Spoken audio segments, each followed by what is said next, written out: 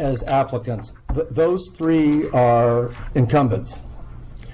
I would suggest perhaps if it was so moved, and by the way, I will recuse myself voting on my wife. So if there was consensus of three to move Cameron, Karen, and Scott forward on this, if we have 3 votes on that, then I would suggest that then we interview the other applicants, which would be Aaron, Sarah Schneider, and Duncan Grazier, and interview them for the one remaining position. No, I don't have that. Yeah, I'd rather go through each one and. Okay. Yep. What's your feeling? I cannot tell you how I'm going to vote for. Well, no, that's okay. Yeah, let's hear them. Want to hear them all? Okay, very good. I do want to say, so if you're going to recuse yourself from Karen's interview? Yes. Okay. Are you going to recuse from? We're not recusing ourselves from a vote, right? Well, I It's because his wife's. yeah, my wife. So you'll have to recuse yourself from the entire vote then. Well, no, not the entire vote. I can vote for everybody else. Just I will not be voting for my wife. Okay. Which brings up another question about what is our city attorney? She was there, she just left, but I don't know that that's going to be a conflict. Isn't that still conflict of interest though, voting for the others? Why would it be? I can be fair and impartial with the others. I don't think so. Matter of fact, I don't even really have to recuse myself for my wife. I would agree. I'm just doing it for the optics, but there's. I think Rick is okay to vote for his wife. Well, I was just But saying. he has to. Well, I was going to have the city attorney opine. She was supposed to be here for. Well, I don't think there's a problem with it. You have to manage the optic yourself, but. Well. I'd like to disclose that there's an ongoing proceeding between two applicants and me. Okay. Two ongoing proceedings, what are those proceedings? Two ongoing proceedings? Ongoing proceedings. What does that mean? Well, the city attorney asked me not to. Okay, that's all, we need to have the city attorney in here. Just hang on one second. She was supposed to be here for this and she left, so let's figure this out. We're on the microphone, right? Yes. Yeah. Yeah. So I'm gonna vote for all the 10 candidates, but I'm not gonna interview them. Oh, okay. Well, yeah, okay. Well, let's, again, if Elizabeth comes in here, we can figure this I out. just want to be out of their face. Elizabeth, you were supposed to be in here for the planning commission. I didn't realize you wanted me back here, I'm sorry. Oh, okay. So we're discussing going over this, and I suggested that if there was consensus that we move the incumbents. Okay. We didn't have consensus on that. They want to interview each person. Okay. I said I would recuse myself from my wife, voting for my wife. Mark seems to think I should recuse myself from voting for anybody. I can be fair and impartial on everybody else. I don't know why. Legally, I don't even have to recuse myself from my I wife, think it right? would be fair to ask a mayor to recuse from voting for everyone. I would just like to hear your opinion on it. Yeah, so my opinion, well, first of all, everybody decides their own conflicts of interest. I can give advice on it, but the individual council member decides their conflicts of interest. My opinion is that he's recused from voting for his wife, but that doesn't prohibit him from voting for other members. Okay. But it's an interesting question to see how you, sort of, how do you divide the vote? Yeah, now the math doesn't, So when I now recuse there's myself, some- she's at a horrible disadvantage by taking Yeah. any points from her whatsoever. But we'll leave that to your discretion. So Well, I just think the optics, because somebody's not going to make it, and then they say, well, he voted for his wife instead of me. I just think the optics are bad. That's smart what you're doing. Yeah. The problem, though, is that if it's a point system, an aggregate. Yeah, and if she doesn't make it, she's made it because I've recused myself. Only 4 people voting instead of 5, she could lose just because. Well, that's a possibility. Yeah. And she was on the planning commission long before he was on the council. Yeah. Maybe you ought to recuse yourself from being on the council so she could. So how did you do it last year? I wasn't in. There's nobody discussed it. recused. I think they just passed her through the last time she was up. They just moved her Well, through. we interviewed her. We interviewed her and then voted, yes. Yeah, Yeah. so, And it's also entirely up to the council's discretion how you guys pick your commission and committee members. So you could have different rules than you have on other commissions. It's entirely up to you how the majority wants to do it. Abstain. Abstain. mhm. I didn't remember that. That's right. Yeah, sure, let's So go. Rick will vote, Rick, and however he Rick, decides. are it's you, up to so, him. so you're not going to vote for your wife? Are you going to then have 3 votes, or you're going to have 4 votes and? Oh, wait, well, yeah, I'll just, It's up to him. it would just be like, I didn't vote for her. Yeah, she just won't end up on my scorecard. Okay. And then is mine. I intend to vote on everyone, but I will recuse myself from the interviewing of 2 candidates because of ongoing proceeding. And who are those, if I can ask? Cameron Cosgrove and Sarah Schneider. Okay. All right. I just want to get out of their face, Okay. and that's all. I have enough material, written material. I think I can make it impartial. Do we have any other legal questions for our council? Now, can we bring the candidates back? Or? No, you're not going to interview, so you're not going to hear what they have to say, but you want to vote on them. Yes. But you want to vote on them, but you're going to stand out of the interview? You're not going to interview them, but you intend to vote? Mm-hmm. I don't think there's any issue of you just listening to them if you're going to vote on. Well, your mind's already made up. You're saying you can't impartially consider them. So there is no rule, sorry to interrupt, but you don't have to be fair and impartial for voting on commission and committee members because it's at your There are discretion. there Yeah, are there- preferences. That's Then your you should just discretion. vote, because you don't have to be fair and impartial. Oh, no, I know there was nothing to keep me from voting, and that's why I was bringing it up to see if we could get consensus on at least some of these people, because then that would be more fair to my wife, even if I wasn't part of that consensus. When you start going to a scoring system, it's not an even playing field. I would say this. Our scoring system is simply a majority vote. Yeah, I think I'm No, not. it's 5, it's a total, it's not a yes or no, it's Okay, a we did that last time. yes.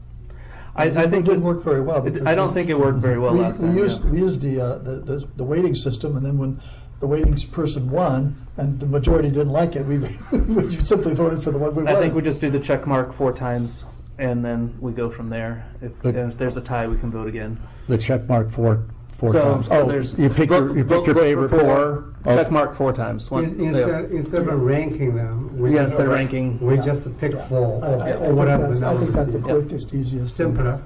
Yeah.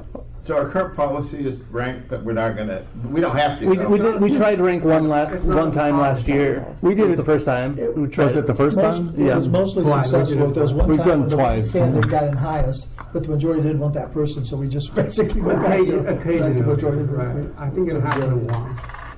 Yeah. Yeah, I think we just keep it simple and do the Okay, and then I just put 3 checks. up to you. I mean, No, you don't have to put 3 checks, you can put 2 or 1 or none. Oh, I know, I know, but I would just, however many I put, I would just leave my wife off, and then everybody's good with that. Yeah. So you can put up to 4 checks, is that how we're doing it? Yeah. But you can put 1 if you want. You can just do one if you want. You can put 0 if You you can put 0 if you don't want to vote for Did I any. misunderstand what you said? 4 checks on 4 different people, not 4 Yes. checks on the same person? Yeah, 4 Right, checks but on you 4 don't different have people. to, you don't even have to select 4 different. You cannot give one person 2 votes. Correct. Yeah. Not waiting. Okay. Is that what we're doing? Yeah, because it's already complicated, and then with all this, the additional things. Well, the additional Let's makes keep- it- Let's keep it simple this time. Fine. So we're going to interview Cameron Cosgrove first, Okay? Go right down the line. and are you, I will stay out of a room. right? you're going to stay out of the room, So- but you are going to vote? And you're gonna I am going to. And you're gonna go bring them in, call them one by one? Sure, that, Can we talk about process real quick? So Sure. Do you want to give that, last year we gave them opening remarks for 1 minute and then questions, Yeah. about 1 minute per question and answer? Yeah, let's do that again. One Okay. minute opening remarks.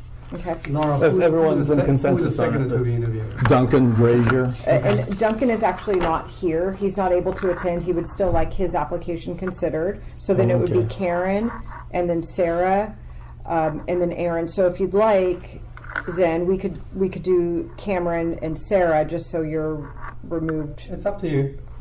Well, just so you have to come back and forth. And then Yeah. So we'll do do Cameron first, Cameron and then Sarah, Sarah second. and then we can do Karen And I and will I come can back. step out. Okay. And then Aaron. yes. Okay, and you're done with me? And then Scott. And then Scott. And then Scott. Scott. Right, Scott. Well, entire comes 4 down hours. to you. No. But Laura can text me if you guys need me. Okay. Thank you. All right.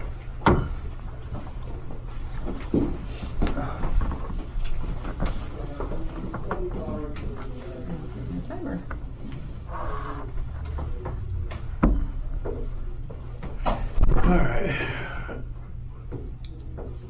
You're going to do the timer with Yes. the buzzer? Yeah. Make sure the buzzer's loud. Yes. Turn your volume, turn your volume, turn your volume up. 1 minute. I have it set. Oh, you're doing the minute? Okay.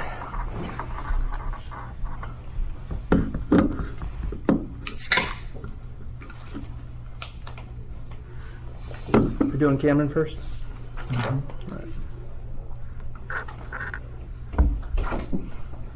Okay. Hey, everybody. Hey, Cameron. Let's see, you can ignore all this stuff. Want to sit here? Yeah, sure. Cool. So the way it's going to work is you've got 5 minutes. Usually have like a 1-minute opening statement, then we'll have an opportunity to ask a couple of questions, and if there's time, a closing statement, and that's that. And you're going to kind of keep time on this? Okay, your time starts now. Now, cool. Well, I don't need to take a minute, you guys know me. So, I think that, I don't know if there's anything to add. Been doing this for 5 years, design review 4 years, chair for 3 years. So, you know, I feel pretty comfortable in the role, and I think what I would just say is what I feel like is really effective that we've done is we really have a great relationship with staff, that we work really well together. We don't delay projects more than once unless they're controversial. And then maybe once to work it out, and then it gets resolved. What's the working relationship among the members right now? I think it's very collegial. I think we're very collaborative. I think we're very respectful of each other. We listen to each other. We 99% of the time we're consensus, unanimous votes. But you do have people that like offer alternate perspectives. And Yeah, you have a we lot- debate. some diversity. We do. We're open. Thought, yeah. Yeah. We're in the question phase. Anything new, if you get reappointed, that you'd like to see on the planning commission in terms of policies, governance, issues of any kind? Not per se, but I do think that what's really important is that we have, I think of it as 2 columns. We have the general plan, as we know, the zoning, all that stuff. But over here we have the coastal plan that's under development. The coastal plan is just for the coastal zone. General plan is citywide. The coastal zone has elements under it, has a land use plan. That's been approved and certified by the Coastal Commission many years ago. Then there's going to be an implementation plan and other documents going, like that's why the Coastal Commission gave us a grant for the parking study and a bunch of other studies. Those all need to get done and then brought forth and taken to the Coastal Commission for the actual local coastal program, which gives us then the authority. So I think, I'm just thinking our focus is going to be working on getting that done. Just FYI, Councilmember Wu is not here. He decided not to be present for your interview and for one other. I think that's fair. But he will be voting in the process. still gonna vote. Just FYI. Okay, well. Just FYI. He did say, I mean, is there something that's happening between, what did he He describe? didn't give it any details. He just would not said- give any, think it it almost, I'm assuming it has to do with the measure. I don't know, but I mean. I don't talk to him, there's so no I don't have a, litigation. no, I don't talk to him. I don't really have any bad. Yeah. I just think he wrote the opposing argument, so maybe he's feeling that's Could be. a concern. I I don't don't know. say, but could be just. That's the only thing it could be, because I don't really Yeah, all right. have any issues. with Anything him. else? Be sure to remind everyone that this is a public meeting and they Yeah. can sit in if they want to. Thank you. You're done, Yeah. All right, Appreciate you. thank you, guys. Thank you. last year, I think we had one person that, I don't remember who it was, but someone came in and sat. They come in on chairs, but. Yeah, we took all the chairs out. There's a couple chairs. I'll move this one over. No, it's fine. If people want to, they can. It's all right. Miss Sarah. Who's next? Sarah. Well,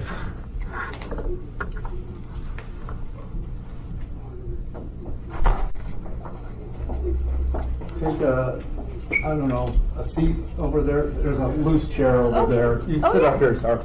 Oh, up here. Okay.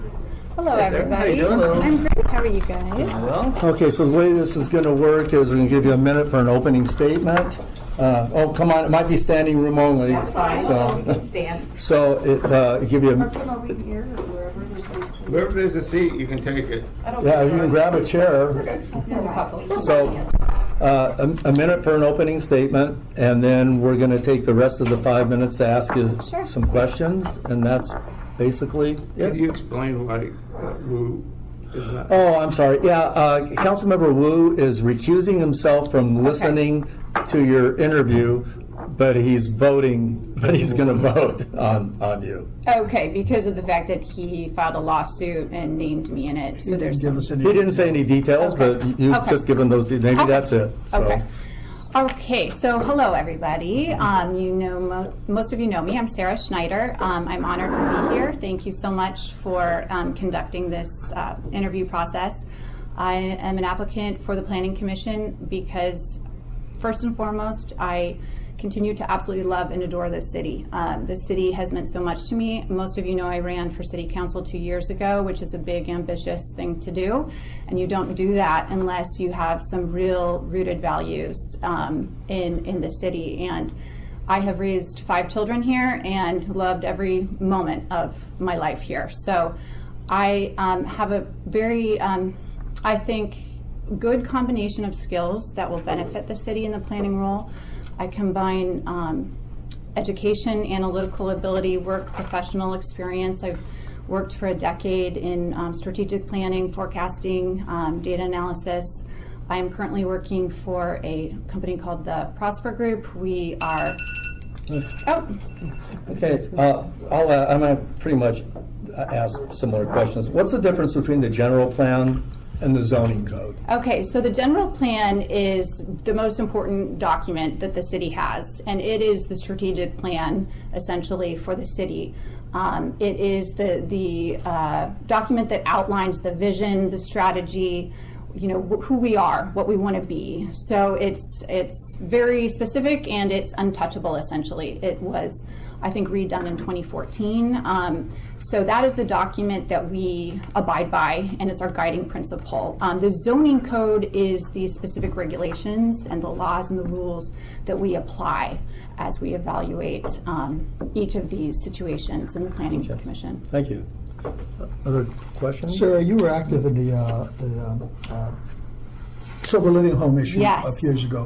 What are your memory. thoughts on anything the city can do? I know we were kind of shut So off the state law. What are interesting. your I'm thoughts glad on you that? brought that up, see, because that actually really, when I think about why I feel qualified to do this role, that's really, I learned so much through that process about the different interlay between city laws, state laws, you know, the county, how the impact on community, how all these things affect community. So I have and I worked very closely with Adam and the city planning staff to understand the nuances between, you know, what it feels like, the neighborhood impacts of these, you know, special use permits and all of these things, and how we navigate that through city code and all.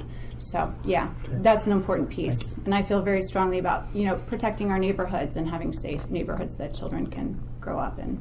Is there anything that you've seen that the Planning Commission or the other committee, the subcommittee, what's it called? Design and Review. Design and Review, what they've done, how they process things that you would improve on?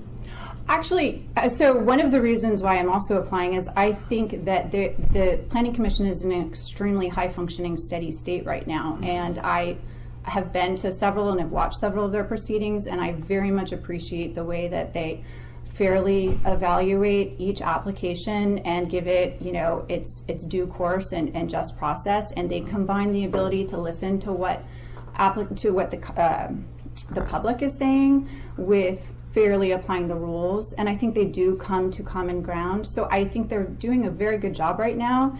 And I want to make sure that work is continued, because we have to keep a high standard for how we conduct our city, and make sure that the long-term goals of our city are aligned with the short-term benefits.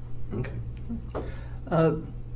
Planning Commission is working right now on the LCP, the Local Coastal Plan. I'm wondering if you're familiar with that at all, and what your thoughts are. Ooh, the Local Coastal Plan. Okay, so I haven't read as much about that, but I do know quite a bit about the coastal issues, which I've been involved in, but maybe you can tell me really briefly the Local Coastal Plan. So essentially, this is the idea that instead of going through the Coastal Commission, Okay.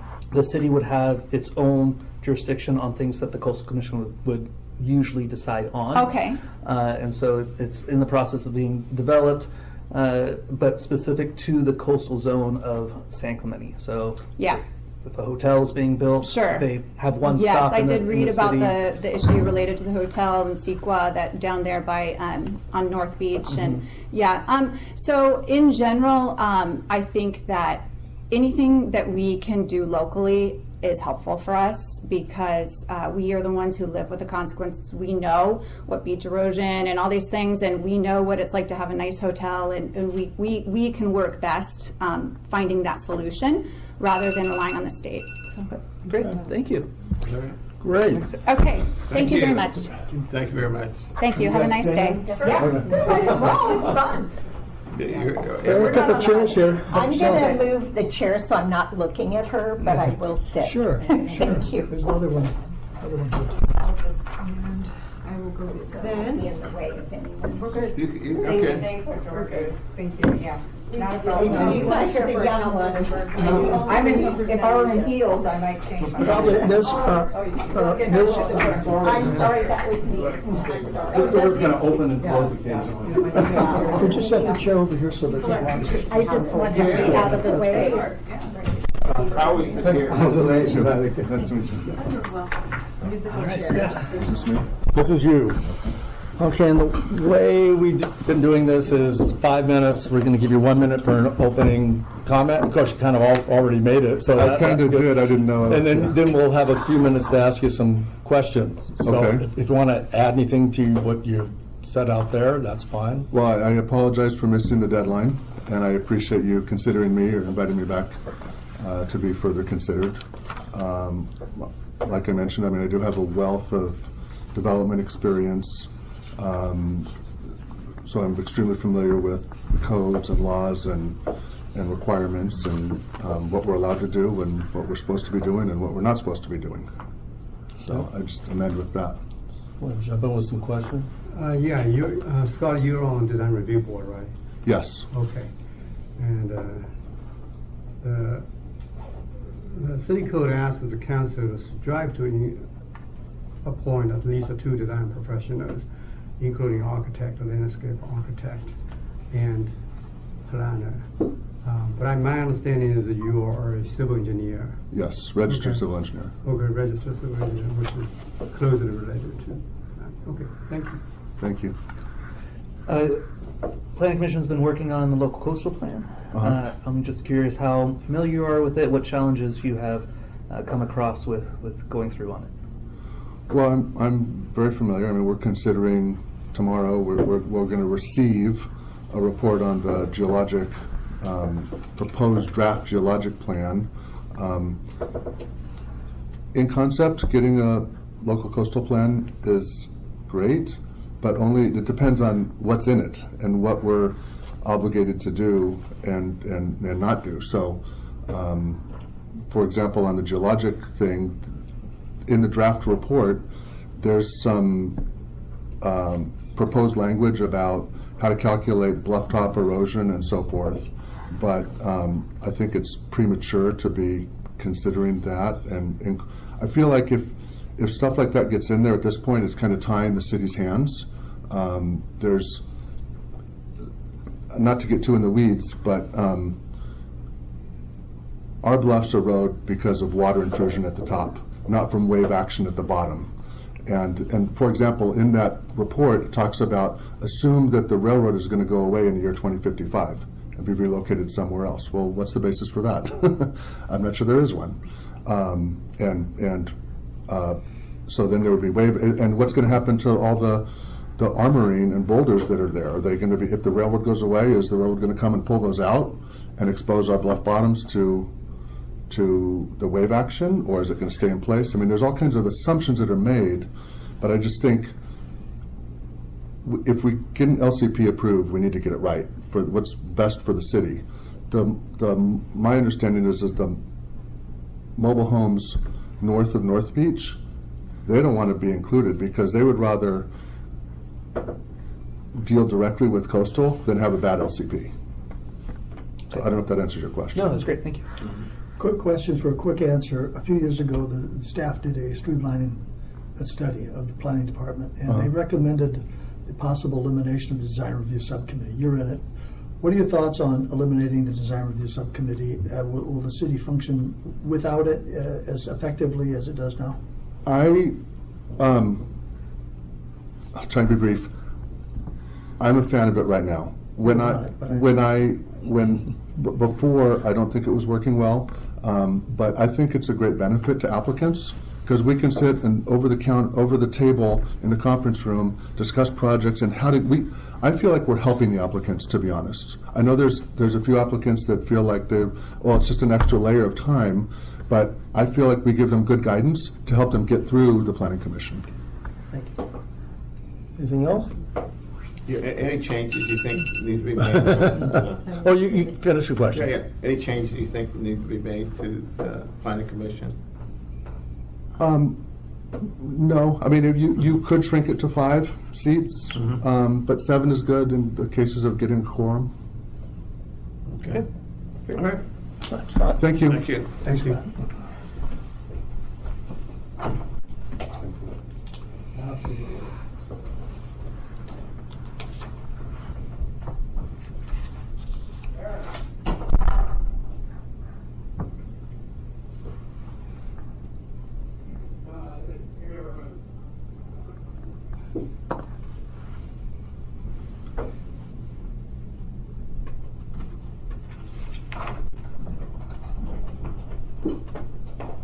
Oh, come on in.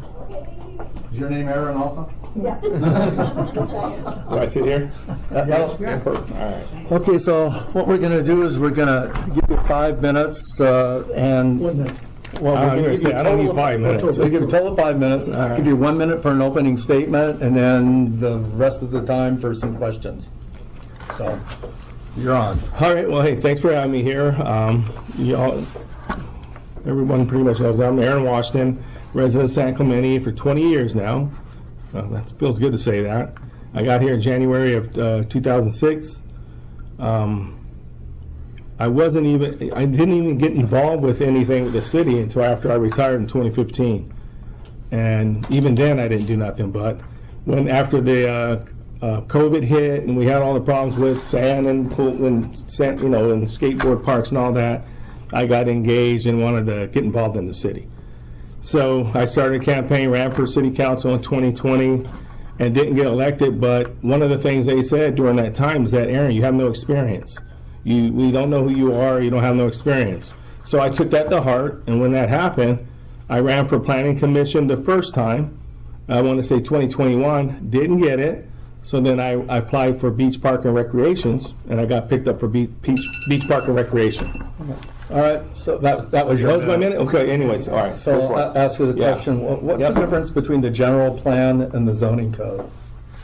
The general plan and the zoning code. I'll be honest with you, I never even went into detail thinking about what the difference is. The general plan, in my opinion, is a plan that's broader. The zoning plan is more specific in whatever category that what the zoning is and the rules may be for that. But the general plan is wider and covers more area. Okay. Aaron, a few years ago, the city staff did a study and they recommended the possibility of eliminating the design review committee to speed up the permitting process. The design review subcommittee,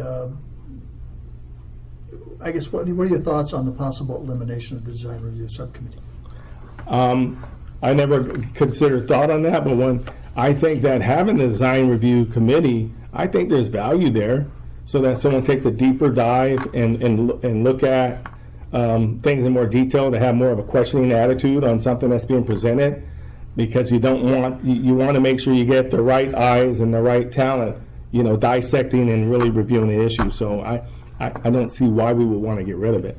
Thank you. My question would be, to continue what you have said, what is your involvement with the city government on commission committees? On the before? Oh, you want me to continue on? So after that, I went to, I ran for planning commission again, and then I didn't get it, so I got human affairs. So I got involved with that. I terminated human affairs after a year. I got enough experience in there, and then I applied for coastal advisory. But I was just trying to get more experience in the variety of boards, so that if one day I got on the dais, I would understand what each area So you've does. been on 3 commission committees: coastal advisory, human affairs, and the beach park and recreation. Yes. Thank you. Thank you. What modifications would you make to the planning commission, if any? I don't see, I like the fact that you got 7 board members. I believe in having diversity, meaning having technical experts in certain areas with a mixture of someone that is not that technical, so you get different points of view when looking at issues, because people that are technically experienced like myself, sometimes we tend to get too technical and be our heads are in the sand. Mm-hmm. So we want to have a different opinion. You get a regular citizen on there that says, okay, yeah, you approved the light bulb over here last week for that, but why didn't you do it over here? Ask the simple questions so that the board can actually do their due diligence to present to council a good decision or an argument. Okay. The Planning Commission is looking right now at creating their local coastal plan with the Coastal Commission. I'm wondering if you are familiar with this, or have heard of any of have any challenges or concerns, or have been engaged with this at all in watching the... When you talk Coastal Commission, my brain just starts thinking beach sand and coastal erosion, all that. So have I been tracking the details of that? No. Do I have an opinion in that regard? No. That's okay. The local coastal plan is essentially the coastal zone of San Clemente. Okay. So that instead of anytime there's new development, instead of going straight to, or having to get approved here and then go to Coastal Commission to get it approved again, instead they could just go through the city through the local coastal plan. And the question is, am I familiar with it, or my opinion of it? Were you just familiar in tracking with it with the... No, but that is definitely a good, interesting topic. Yes, yeah. Yeah. All right, cool, that's all. All right. Yeah. Yeah, nice job. Okay, Aaron. All right. Good job. Thank you. Thank you. Yeah. Oh, they Thank you. students.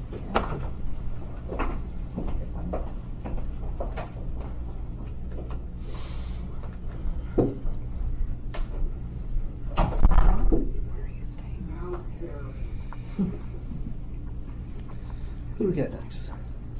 Is it Karen? Karen and Duncan. Duncan's not here, right? Oh, So he's not it's here. just Karen left? All right. Chris Duncan? Yeah. I think he's got a few other things to run for right now. That's election day.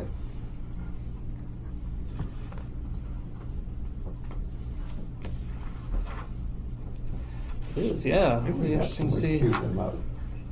So Michelle, when does winter start up in Genoa? I know. When does winter start? That's a good question. I haven't been there for the winter, so I don't know. But I did. It's buy coming. My, It's coming, I bought though. my Epic Pass. Okay. And I forgot, I'm leaving. Okay. Okay. Well, let's Right here. have a seat there, Karen. As the pro tem limited kickoff, we're giving you 1 minute to kind of talk about your background, anything you want to tell us about yourself. And then we have 5 minutes for questions. And so the floor is yours. Thank you, gentlemen and ladies and gallery. 25 years legislative background, congressional, supervisory, state of California, and now presently I have been at almost 20 years. It coincides with Orange County National Electrical Contractors Association, and I was in San Diego, and they brought me up in Orange County to take over. So we have 33 electrical contractors, big ones, and they're signatory. We have 394 at our training center for apprenticeship, and I serve on 3 trusts. So it's a pleasure to be here, and it is an absolute pleasure to serve as planning and with the colleagues I serve with. Thank you. I'll start off. Tell us how long you've been on the planning and how you see it working and improvements that you think could be made, if any. This will be my 3rd time through. So any improvements, the group that I serve with, professional, they have an extensive background. We get along very, very well, which I think is very important. And would I see anything differently? Possibly I would make some changes as far as the counter, but not as planning. I think it works very, very well. We try to come to a yes rather than a no. And we take our time, our due diligence, and we listen to each other. So I think it's an excellent group of people that really have a heart for the city. Okay.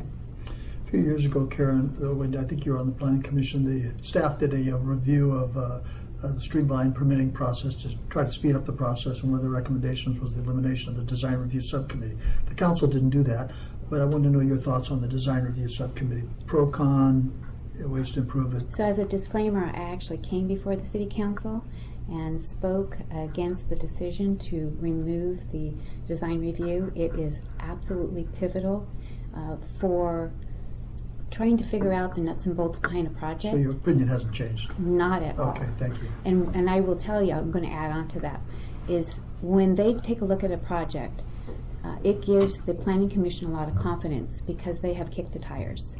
And they have asked the hard questions. It comes to the Planning Commission, we ask different questions, but then we know that it has been thoroughly reviewed by the design review. And I think it's an awesome, awesome committee. Karen, give me an example of a challenging decision you have to make and the right decision and how you navigate it. It was during COVID.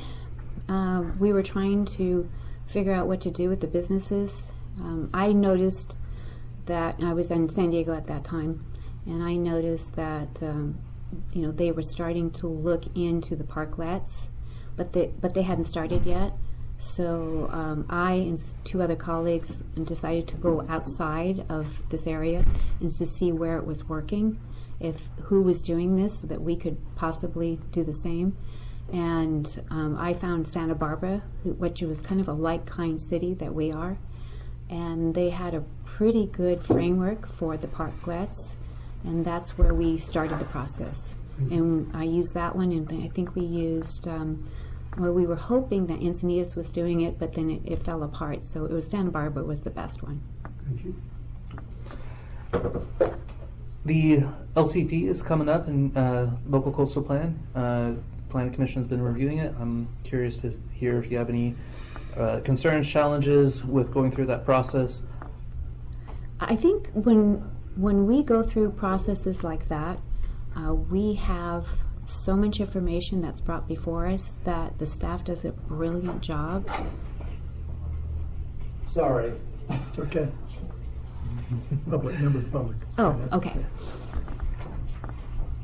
It is well vetted when it comes to us. I don't see any challenges. I don't have any disagreements at this time. My heart is always going to be for the community, and when it comes before me, that is where, that's where I reach out and try to find where our community is going to be affected by any of these policies or procedures. So I don't have any big issues at this time. Okay, great. Thank you. Thank you, Karen. Okay, thank you. All right. And if you see Rick, you can ask him to come back in? Yeah. We actually were working pretty good without him.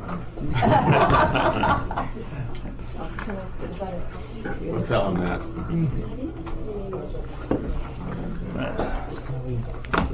First vote.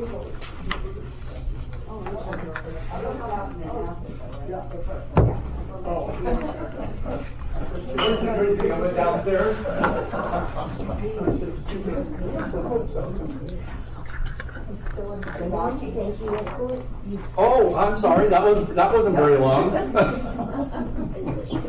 It worked perfectly without you. We were commenting. It's fine. You could have heard what she said about you. Oh, my God. Well, I think there's little doubt. Oh, my goodness. So the idea is we can vote on 4 people. Okay, is that what the deal is? Yes.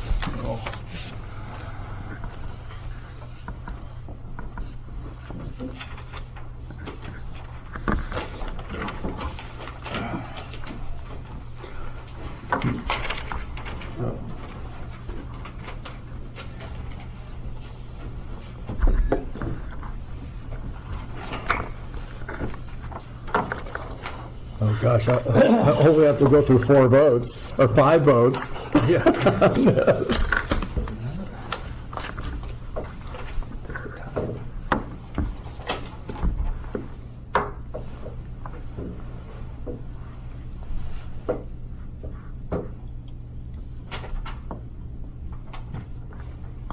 Is our dinner? They've got plates over there, but there's nothing in it. It'll be delivered. Did you vote? They're empty. It's too early. You're not going to believe me, are you, Steve? You're going to look anyway. Okay. Jeez. Man, what a cold shot that is. Like I'm hoarding it for myself. Wait a second. How do we know he's telling us the I was truth? telling you. Because I better just check. yeah, you go It might check be now. cold. It's a conspiracy. Man, you guys are cold.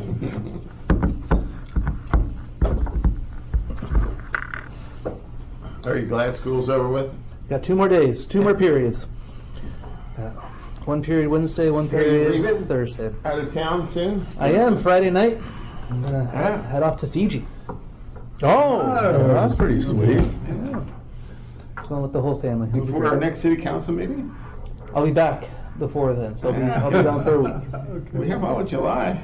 You have the I- summer. it was Yeah, you not could have been my- there, stayed there Not your 4 weeks. plan. It was not my calendar, so Yeah. yeah, That happens sometimes. yeah. And the second half of June would have been much better, but not my calendar. So, but hey, when someone invites you to go, You yeah, go. you go.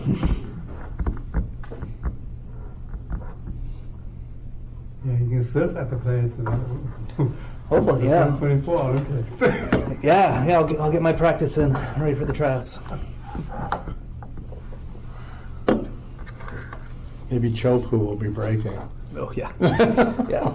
I got it. No worries. What's the name of that? Tihupu? Well, it's Chopu is way. Chopu? That was where they had the last Olympics. Right. Yeah, I got that 12-foot wave. No problem. So we have somewhat of a tie. We have Cameron with 4 votes and Scott with 4 votes. And then Karen, Sarah, and Aaron with 3 votes each. With how many? 3 did you say? 3 each. And Duncan with 2 votes. So we need 2 additional. Okay. So Well, I would have broken that time. Okay, so we have Cameron with 4, Scott with 4. we'll pick 2 out of Karen, Sarah, and Aaron. I'm fine with that. Everyone okay with Cameron and Scott? Well, they got the most votes. Yeah, so. yeah, Cameron and Scott. Yeah, Yeah. they got 4. I mean, we can still. Oh, no. But yeah, just double checking. So Yeah, now we Cameron should and vote Scott. for 1 vote for, 2 votes for either Karen, Sarah, or Aaron. right.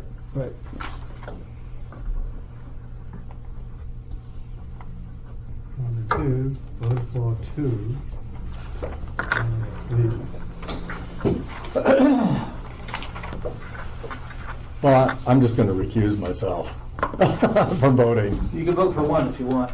Well, that, okay. Well, Well, I mean, Yeah. with the vote count, anybody I vote for, I'm voting against I guess my so, wife. yeah. So I'm not, I won't vote for her, but I'm not going to vote against her. That makes sense. yeah, right, it's going to impact her. Yeah, you That's a better system vote against her. problem. Well, You yeah, gotta go home tonight, so. I can always lie. Being Trust but recorded, verify, right? public record, she'll check on you. It's being recorded. You said you can always lie. Well, he was referring to himself. He wasn't. We're going to keep that for 2028 election. Well, I did get it on record that I'm not going to vote against my wife. There you go. I'm going to say that again. Yeah.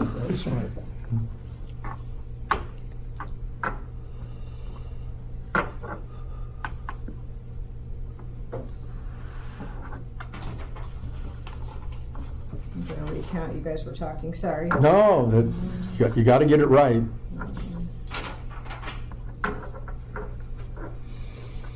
Are you counting how many ballots we put in there? They got a lot of extra. Yeah, make sure there's no number threes in there now. Oh, you probably do have a number 3. Uh-oh. I didn't realize they were numbered. 4 or 5, yeah.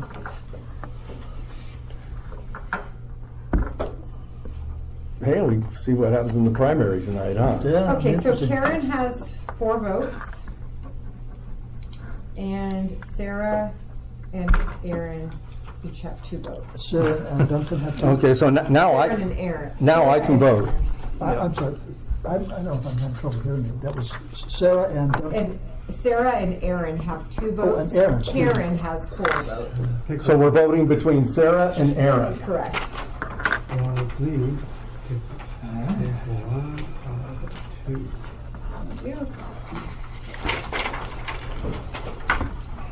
Am I supposed to use one of these numbered ones? Just use whatever one is you handy. Whichever one you have. Oh, really? I did not know that. It's fine. But I wrote the vote wrong. You wrote the vote wrong? No, I said wrong. Oh, that's okay.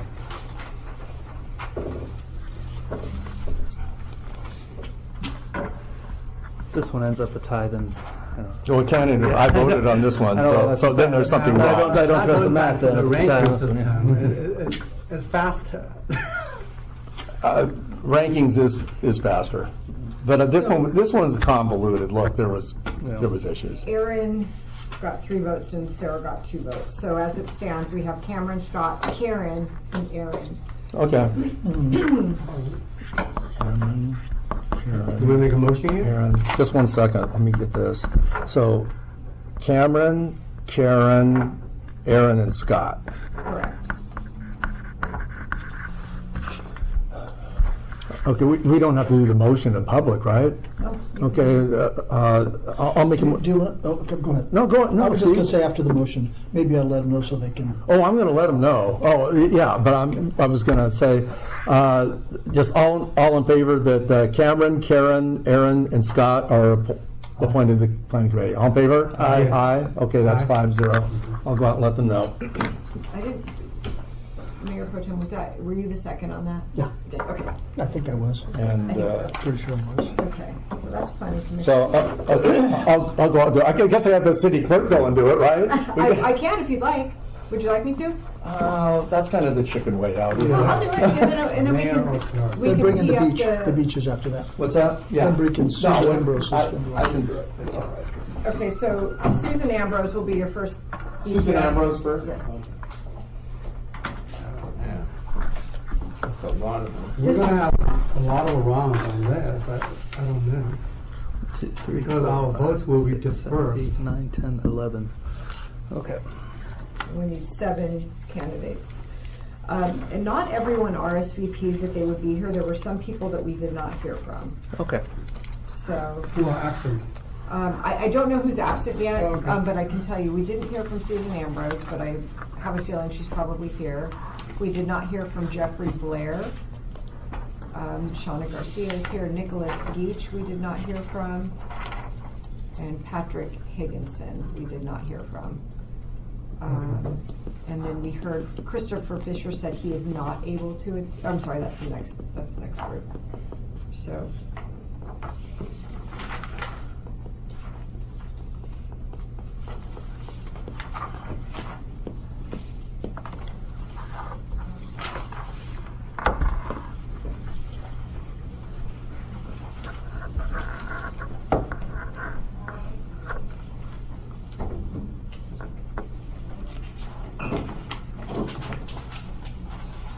Anybody need a drink while I'm here?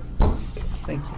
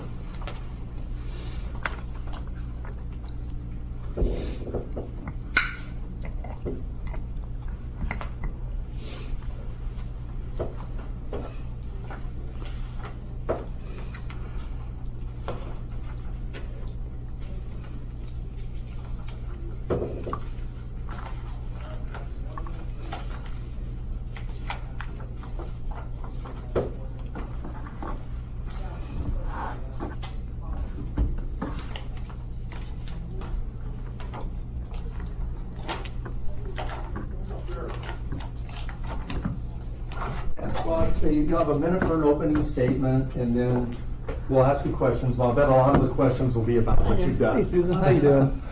Susan, just in transparency, her opening statement was going to be about 4 minutes, but I told her 1 minute, but I'll bet you'll have an opportunity to expand on some of the things with your questions. Does that seem fair? Yes, thank Okay. We are you. going to try and keep the whole interview, though, to To about 5 minutes, yeah. Okay, all righty. Okay. Save the time not to ask you a question.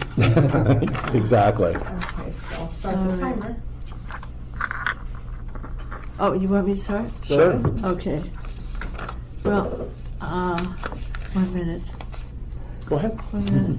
I have broad experience in the world of not only corporate work, but also educational, administrative, and all those kinds of things. I have 2 master's degrees in those areas, and a BA and a BS as well.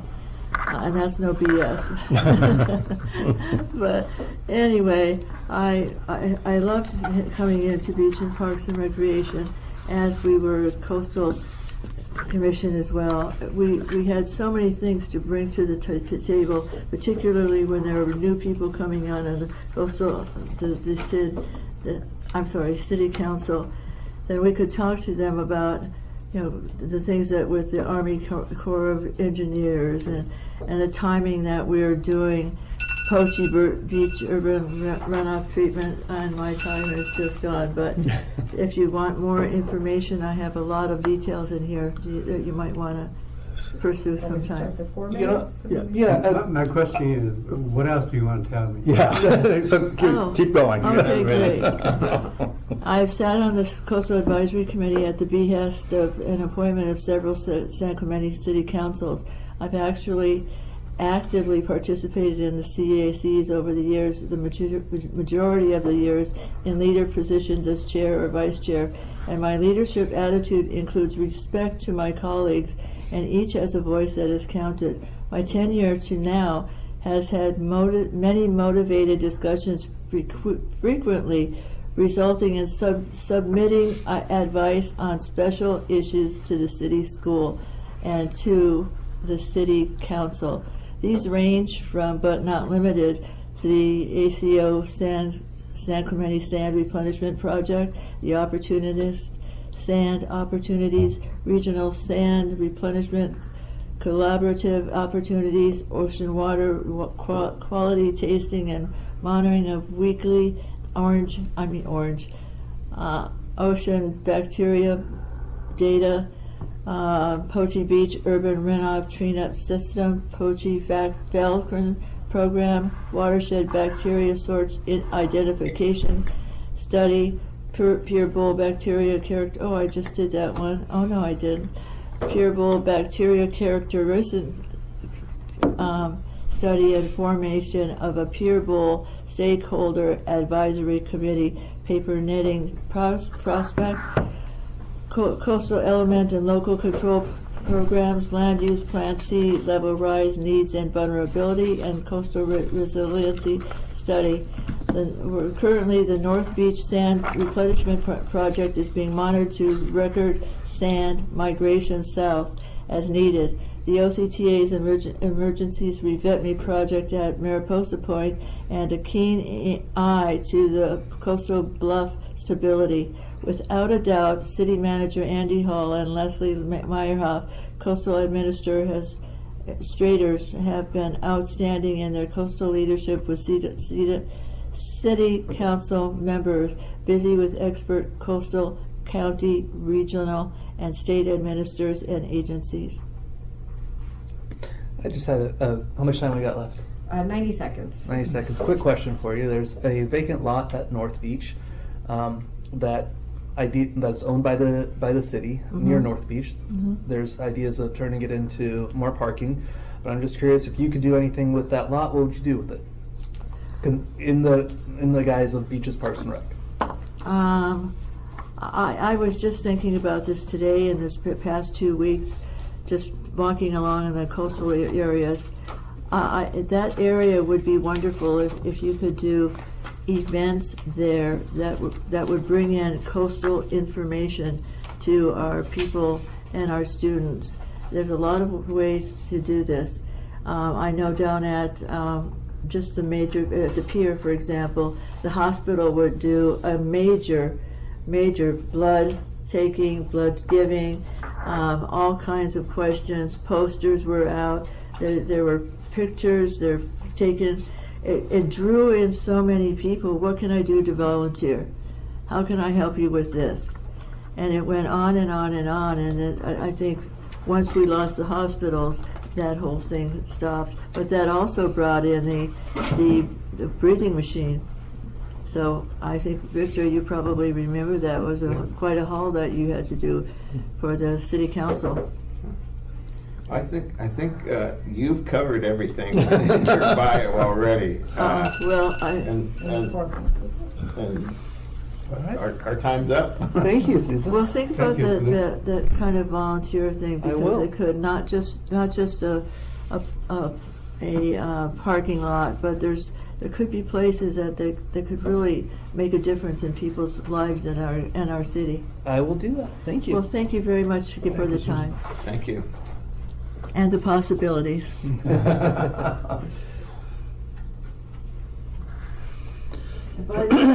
I sat on the Coastal Advisory Committee for 15 years total, so that might run it up to think of how many people I've seen and helped the city grow in what we do with coastal issues.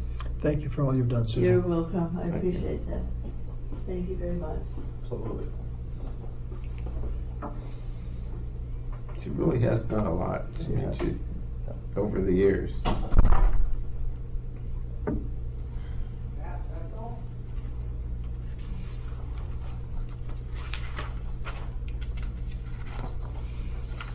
We follow the sequence. Yes.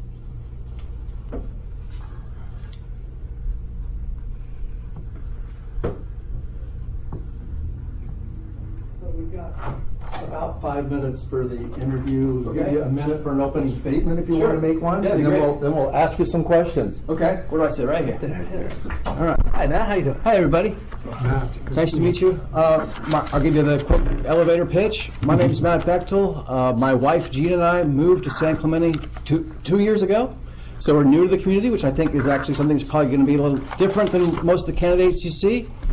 We live on the Loop down in Montalvo, so I get to access the beach every day. That's the reason why we wanted to move here, is to be part of this community. It's so exciting to be. It's just beautiful with the beaches and the parks. And I'm at a point in my life, I'm semi-retired, but I got a lot of energy and I got a lot of experience, and I'd like to contribute it. I saw this opportunity pop up on Instagram, actually, that you were had the opening to apply, and I thought, you know what, I want to put my hat in the ring for this, because I think what I could really add on top of the 25 years of business experience, the strategic leadership experience I have, is the marketing, the communications, the publicity, and the PR.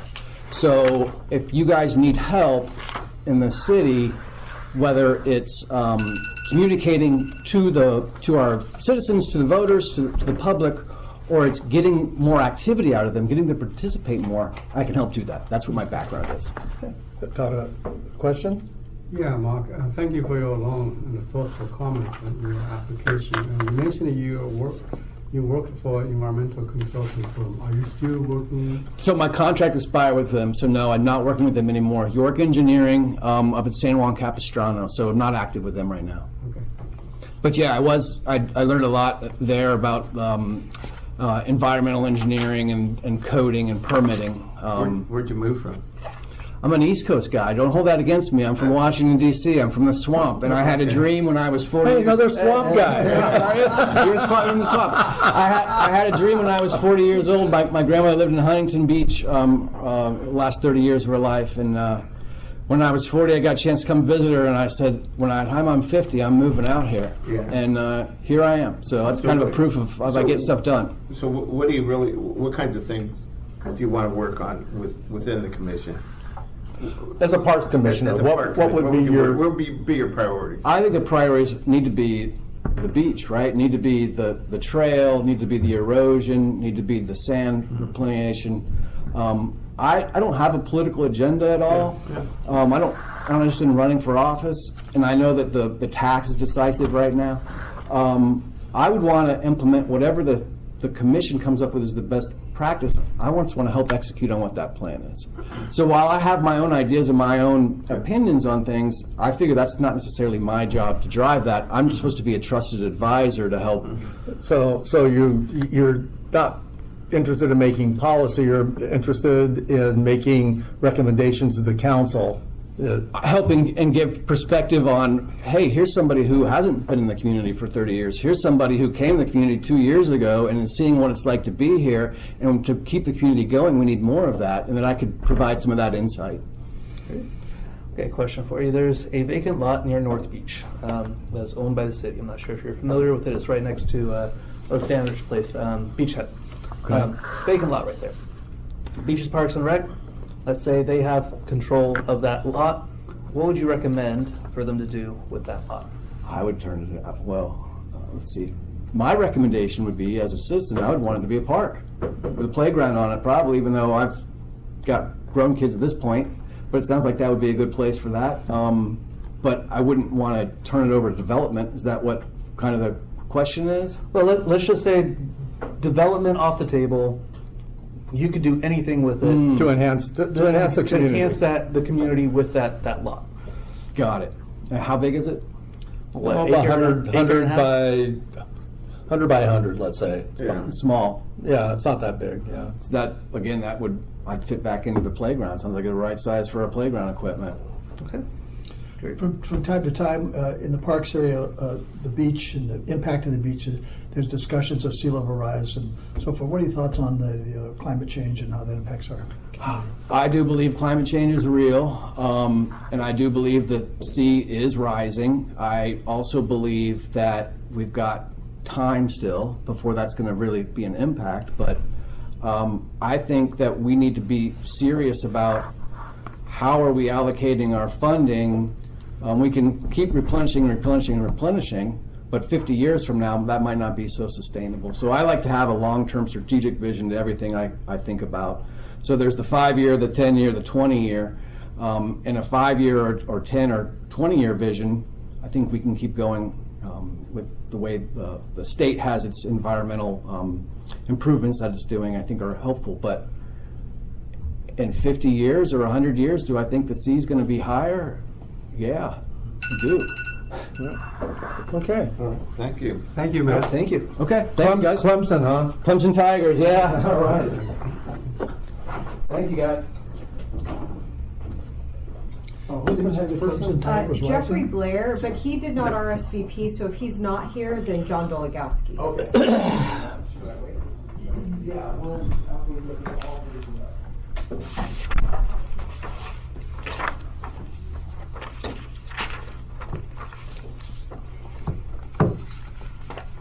He's a history major. Matt? Yeah. That's right, yeah, I remember that. I didn't get to ask him about it. But then you switched, right? You didn't. Yeah, it's marketing and business.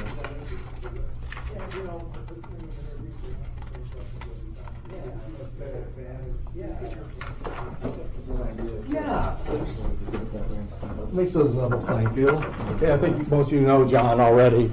John? Everybody. So we'll give you like a minute for an opening statement, and then we'll take the rest of the time to ask you questions. You don't have to make an opening No, statement. I actually got together a little, exactly 3-minute. Well, I'll tell you what, speech, but give us your I'm first thinking- minute, and then I think you'll end up getting your additional Okay. time. So what I was going to say that I think a good commission member has 4 qualities, and that is interest and motivation in the topics at hand, a good technical background, pertinent experience, and a strong work ethic. Because I have learned that many people join these committees don't work that hard, and it becomes a problem. So, at any rate, I've lived here for 37 years. I have been retired for 10 years, so I have the time to spend on this topic. I'm a current member of the BPR Commission, prior member of the Coastal Advisory Committee. I come from a technical background. I have a bachelor's degree in chemistry and geology and a master's in hydrology. I am particularly interested in the coastal issues, but I've become knowledgeable about the general recreation issues in the city, and found them interesting and worked pretty hard on that. Okay, so someone want to ask a specific question? I don't have a specific question, John. Thank you. Well, Yeah. before you can, I know. Sure, yeah. Mark well, does. So there's a vacant lot on North Beach Yeah. that's owned by the city, right next to the Beach Hut there, the Beach Hut sandwich place. Let's say you could, Beaches, Parks and Rec, we give you direction to do whatever you would like with that. You could turn it into a parking lot, you could turn it into whatever you want. What would you do with it? Well, I think there is a shortage of parking there, and it's going to be more in the future. But that perhaps you could come up with a higher function. I was personally disappointed that the theater didn't become a performing arts center rather than a wedding center. But I think maybe it could be as other people have suggested, a like weekend place for a weekend market, although that's somewhat duplicative of what happens on Del Mar. Or trying to think. I guess I would leave it as parking for now, but reserve it for a future purpose, because I think it would become more important in the future, perhaps. Okay. What topic right now on beaches and parks and recs is you think the most important thing to move forward that's being worked on now? Well, we've spent a lot of time trying to select new playground equipment, which is surprisingly expensive, and also the ground treatment that they use. I'm currently working on a policy document along with Thor and Deke for sand management issues, which is going to be kind of a statement of purpose for the city to sort of direct their actions in the future, something that everybody can sort of agree to for the future. So we're scheduled to get that to you folks for review and approval sometime over the next month, I believe. So that's an important issue. I do think that there should be more emphasis on the green space, open areas in San Clemente, which a lot of people don't use, but actually they're kind of a destination for mountain bikers and around here. And personally, I'm quite concerned about the extent of invasive plants that have spread throughout this area over the past few decades, and it's getting worse and worse. And at some point, there are going to have to be a significant investment of capital to remove them and kind of get it back to a normal assemblage of coastal plants, because it's a fire hazard and they have these sharp spines. You can't ride your bike through that. And some groups have taken it upon themselves to clear the trails on a periodic basis. But I think that's an important asset for the city that's been somewhat ignored over the past few decades. Anything that we haven't put on the Parks, Beaches, Recreation Committee agenda as a city council you think we should be asking you to work more on?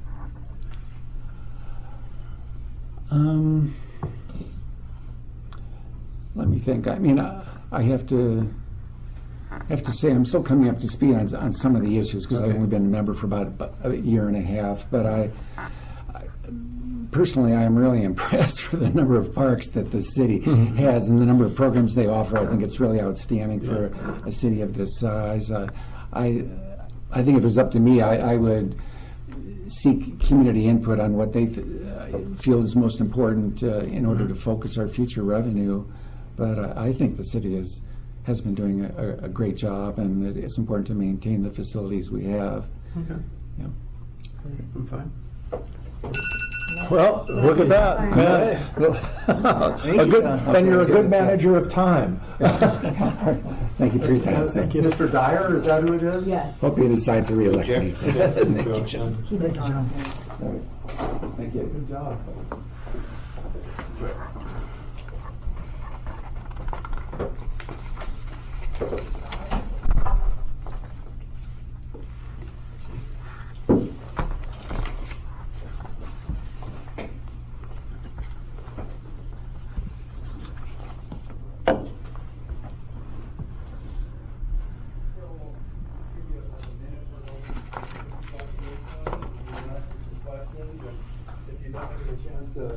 Tell us everything in the first minute. We'll probably get it in during the interview here. Okay. Sounds good. Hello, everyone. How's it going? Hey. Good. Thank you. Hey, Ed, you want to give us about a minute right now? Or? Okay. I don't know how much you know about me or look me up or anything like that, so let's go off of that. I'm about a 20-year resident of San Clemente. I own 2 homes on the west side, one of them in Ole Hansen. I've retired as of right now, about 4 years now, looking to stay busy. I'm a member of the San Clemente Ocean Festival Board, in charge of product sales. So I'm down at the pier every weekend now until the event. I've got 4 kids, 6 grandkids. 2 of the grandkids go to Las Palmas and also participate in all different sports activities. So I have a lot of interest in what goes on in San Clemente. I'm also a longtime surfer and paddleboarder and waterman, so all the things about San Clemente that make it great. And I'm interested in participating in different decisions about its future. Great. All right, I have a quick question for you. There's a vacant lot near North Beach, next to Landers, the Landers that place? Yeah, near Landers Slice. and the Beach Hut Deli there. Yeah. Yeah, exactly. Beaches Park. Let's say we give Beaches, Parks and Rec a like. We want to know what you want to do with this. Give us some ideas. What would you propose to do with that space? As opposed to storing all the materials for the new wall. When that's gone, yeah. Well, we tried to market there. It didn't really work very well. I don't think we had enough attendance there. North Beach has been problematic in terms of the people participating there. Not a lot going on at that end. You think when Sea Summit went in, there would be a lot more going on. But it still hasn't had the attraction. Maybe the marketplace will help that out now that it's going to open up. I know there's been some discussion about that possibly being a good area for a park of some sort. It's pretty close to a busy street, so I'm not quite sure how many people are supportive of that. I'd love to see that get developed as some kind of retail or more restaurants possibly. But Do you have a favorite park or something that you frequent more often than other that's part of the Parks and Recreation? Oof. Well, that's a tough one. Mostly the ballparks. Watch my grandkids play. Like Vista Hermosa? Yeah, Vista Hermosa. Yeah, I love what's going on there. A lot of new stuff because that new miniature golf concept has just gone in there. So that's a great park. I've been in every single park and got refreshed in a couple I hadn't been to lately, just in the last couple days. And one thing I've got to say, I think our parks are very well maintained, very well appointed. I think there's some that need a little work around some landscaping, things like that, but they're very good. So. All right. Robert, can you tell a little bit more about the Ocean Festival? Do you have any, does the organization have any plan for the future? Or we keep it as is, expand it? Where are we going? Well, this year we're actually adding a men's surf contest, so we actually have a special T-shirt to do that, and a third artist to do a design. So that hopefully should bring some more Dirk excitement. Merced's a really good friend. Thank you for picking his design again. Yeah, it's a good design. I saw him at the Nults and congratulate him on that. We also sent one of our activities people up to Northern California to go to the Doryman's Association group up there. And sort of just, instead of 2 boats this year, we're going to have possibly 5 or 6. Oh, that's So we're great. trying to revive that quite a bit. That's great. I'm hoping that we get more of a reach out to some more of the lifeguard organizations who come and compete too. And we have to balance that. We're having a little conflict, I think, with another association. They wanted to put their festival on at the same time as us this year, so that had a little bit of an impact on some of the things we were going to do. But we're going to try to get that worked out for the future. Did the jet ski exhibition come in front of you guys yet? Oh yeah, it's happening. It's going to happen both days. Oh, at Ocean Fest. So that's going to be The something demo. new too. It should be exciting. So it's going to be a good exposition. Oh, no, at Oceanside. No, here. It's At happening Ocean here. Fest. They're doing Ocean Fest. 2 separate days. We'll do it on Saturday and we'll do it on Sunday. Integrate that into. Yeah, somewhere in between the surfing and the other competition. We have to move some of the buoys out a little bit to give them a little bit of room, so we'll have to have a little time, and we're going to move some events around to make sure that happens correctly. Very good. That's pretty great. Yeah, I'd say that we also have, we're trying to expand our online presence. We are taking orders for product through online. Sponsors can sign up. Definitely participants are all signing up online, and we're way ahead of schedule on participants this year. So that's very good. I believe we are trying to branch out to some kind of a beer garden thing up in community. Oh, I don't okay. know Well, if that we got that moved forward or not. That's compelling. There's nothing wrong with beer. It would have been great to have it at Del Mar Park, but this is too crowded that time of day. That time. Yeah. Great during job, Ocean Robert. Fest to do something. All right. Thank you. Thank you so much. Thank you. Thank you. Oh, don't forget that. Yeah, really.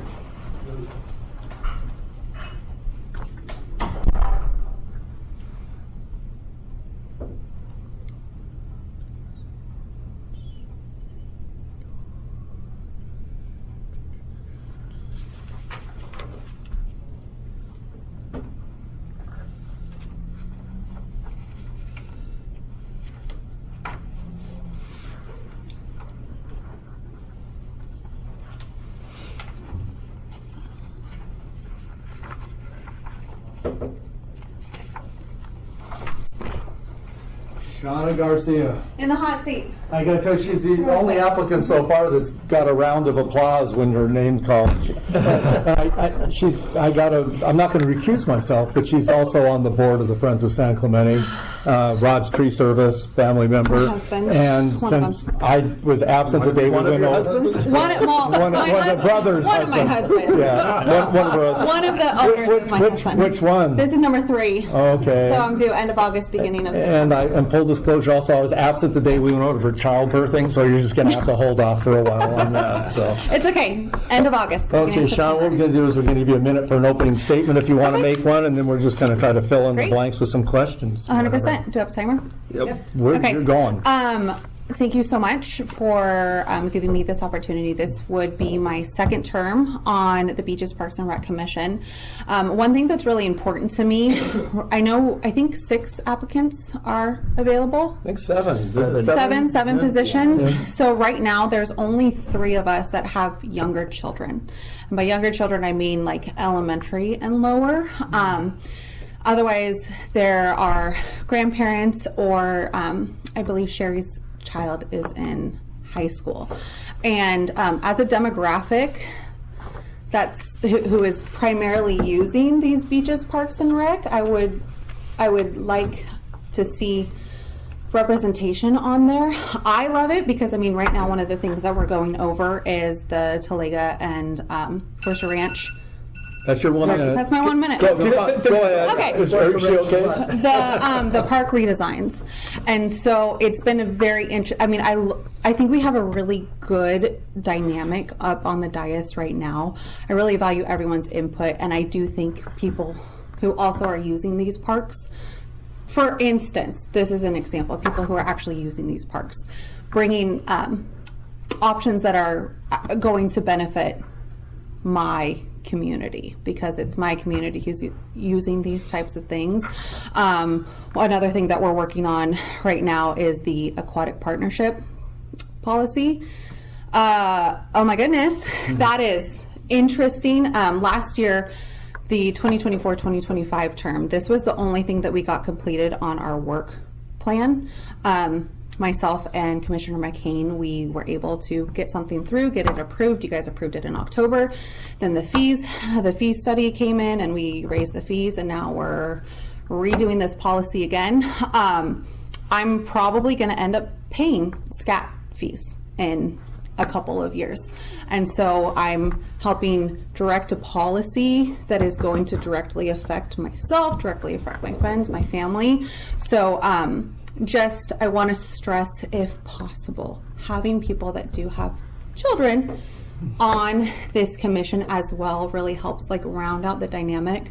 I went through and read everyone's application because I wanted to see, like, I hope that there's other people applying that do have young children, and I know that there's 2 others on there, so just please take that into consideration. And Marky, you had a question? Oh yeah, there's a vacant lot owned by the city down by North Beach. Yes, used to be Christmas tree lot. Yes, yes. Back in the day. So there's plans to turn into a parking lot, but I'm curious, if Beaches Parks and Rec could do whatever they want, or if, like, you were in charge of this lot, what would you do? If I were in charge of the lot, I would prefer to make it like a community space. So I know a couple years ago, I think they tried to do like a farmer's market, like a vegan farmer's market there. Obviously, that didn't last a while, but to do more community type things, honestly, give it to Sam and let's throw events there. Like, let's do I don't think you did a budget workshop. We did. We just had a. Okay, but not like the one, like you guys had it on the community center lawn 2 years ago. Oh, that open. Oh, yeah, the open house. Like that would have been a great place to do something like that, especially like parking all of the trucks and stuff there. Food. You could do like a Friday night. Well, we've got the new food hall coming in, but if you could do like food vendors or something there, make it a weekly activity space. I would love that. I would use that. Yes, parking's important, but I also know, like, if we add that line coming from Vista Hermosa, the trolley line, easy, done. I know we've been looking for a amphitheater space. If we had a stage or something there, would it think it maybe be good? We could do some events. You could do movie nights there. Like, I know right now we just have the one in Forster Ranch Park, which is lovely, and it's a lovely outdoor space. You could do that. You could do the concerts. What a good opportunity too. Like, even you could have local schools. They could do, I mean, not the high school, massive, but like do graduation ceremonies there or something. Like, it is, what is it got there now? Equipment? Yeah, well, yeah, that's going to go at some point. And I get it and I understand it, but I think that it would best serve personally the community. I would be happy to see my tax dollars go to making that something that could be utilized continuously and for fun and a community space. Don't necessarily have to put, a building there, but tents. Thank you. Thank you. Yeah, that's it. Excellent. Oh my gosh, okay. That was easy, huh? No other questions? Wow, that was easy. No baby delivery, just keep on walking. No, we're good. 2 more months. 2.5 more months or so. Thanks, you guys. Thanks. So it was. Nicholas Gage, he did not RSVP, so if he's not here, then it's George Gregory. Okay. Because of firefighter. Ask him about the playgrounds. Ask him about the harbor.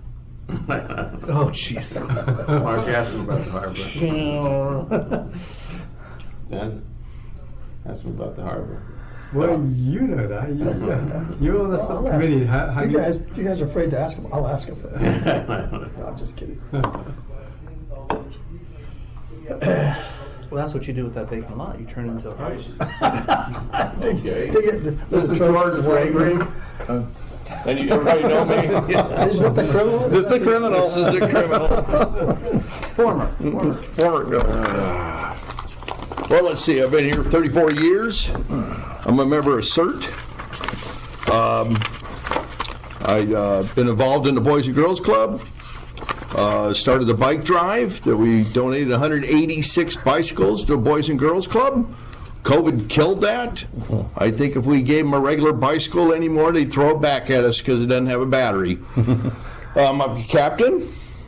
I go to the coffee chat pretty religiously.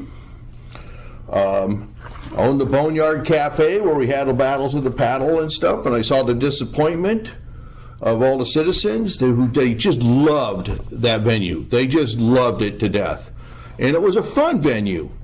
Unfortunately, the state parks ruined it, and it got just too expensive for Sonny, who owns Rainbow Sandals, by the way. The tax drive that's happening right now, I have mixed feelings about.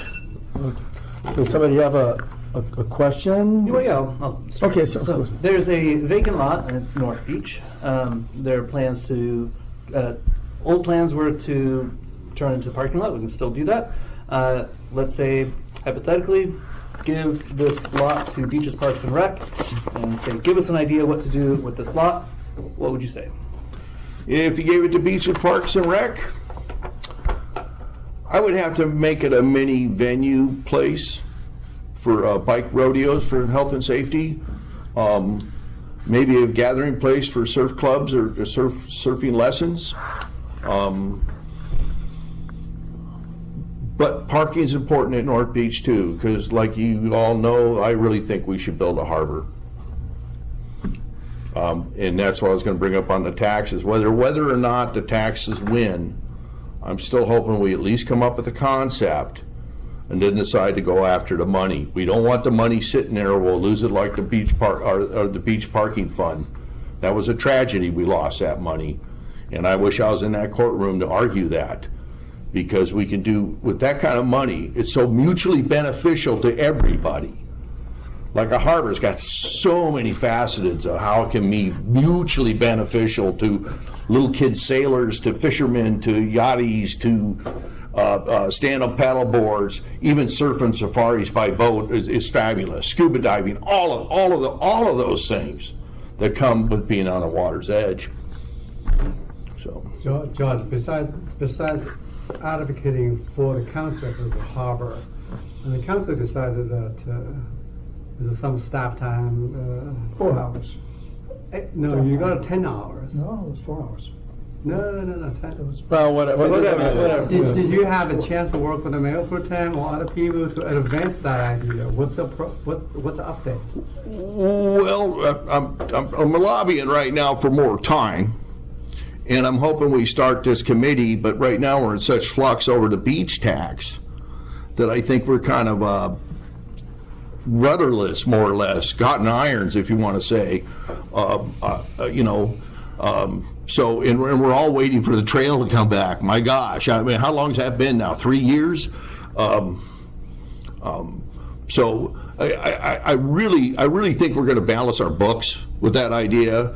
North Beach is a great place to build it because it doesn't have much surf equity. We're not going to lose much surf equity there, and having a baby beach and our own north-facing wedge, the whole concept of the harbor is what makes it fun. And one of the things I'm thinking about is putting an inner harbor with a wave generating device. You have salt water, you have more buoyancy, okay? And now the surf team goes down there, and they don't have to expect a good swell. They're going to have one all the time. all the time. Just wait, so you understand there's a lot of working parts of the Coastal Commission? Tremendous amount. So aside from that, we're still working on it. I think that's a good thing. What's a primary goal of yours if you get on beaches and parks? What would you like to focus on? Well, I went to the meeting the other day, and I have ran for council twice, but I don't take donations, so I guess I didn't have a good chance of winning. But I've forgotten how expensive the playground equipment was and stuff, and how complicated this stuff is. And I went to one of the meetings the other day and went, oh, I'd forgotten all about this. And as I'm more of a real world asset, and I'm like, my gosh, you guys are talking about spending incredible amounts of money on this playground equipment and stuff. Can't we refurbish it? Can't we pick the same contractor to do both parks? That kind of stuff. And while I was sitting out here thinking about the whole thing, I was thinking, wouldn't it be something if we had a trail or a path or a route to go to all the different parks? Instead of you go to a park by car and stuff like that. No, you go to the other parks by bicycle or something like that, even if it's along the side of roads and stuff like that. But let's face it, we got a lot of trails and stuff to do, cut through neighborhoods and things like that. Okay. And it just, so that's what I'm thinking about for the kids. And then I start thinking about the big kids. And I feel really bad for the big kids, because if it's not happening on the beach, they're kind of stuck on their e-bikes and stuff like that. They don't have a place to ride or anything. We've got so much open spaces that we could have a motorcycle track or something like that, especially the bikes don't make noise now. That's the 5 minutes. Okay. Throw me out. Thanks, guys. Thank you, George. I didn't say Greg George. If Patrick Higginson, but he did not RSVP, so then it's Sahar Kamali. If Patrick's not here. Hey, thanks, George. I didn't say Greg. End of school year, that's why. Blame it on me. He didn't call Did he call Patrick. Patrick? No. Let me ask Megan if Patrick is here. He heard Sahar. No Sahar. Was Patrick there? Patrick here? Patrick Higgins, I'm just, and then Okay, if there's not a Patrick, who's... Katie Mann. What's that? Katie Katie Mann. Mann. Katie Mann. Katie, okay. So Higgins and Kamali are both gone. Yes.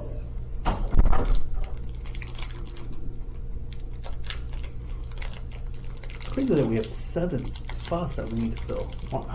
How many are on the committee? Well, 9, and last year we combined coastal advisory and added 2 spots to the 7-person commission, so this is the year that. Question. I'll be quick.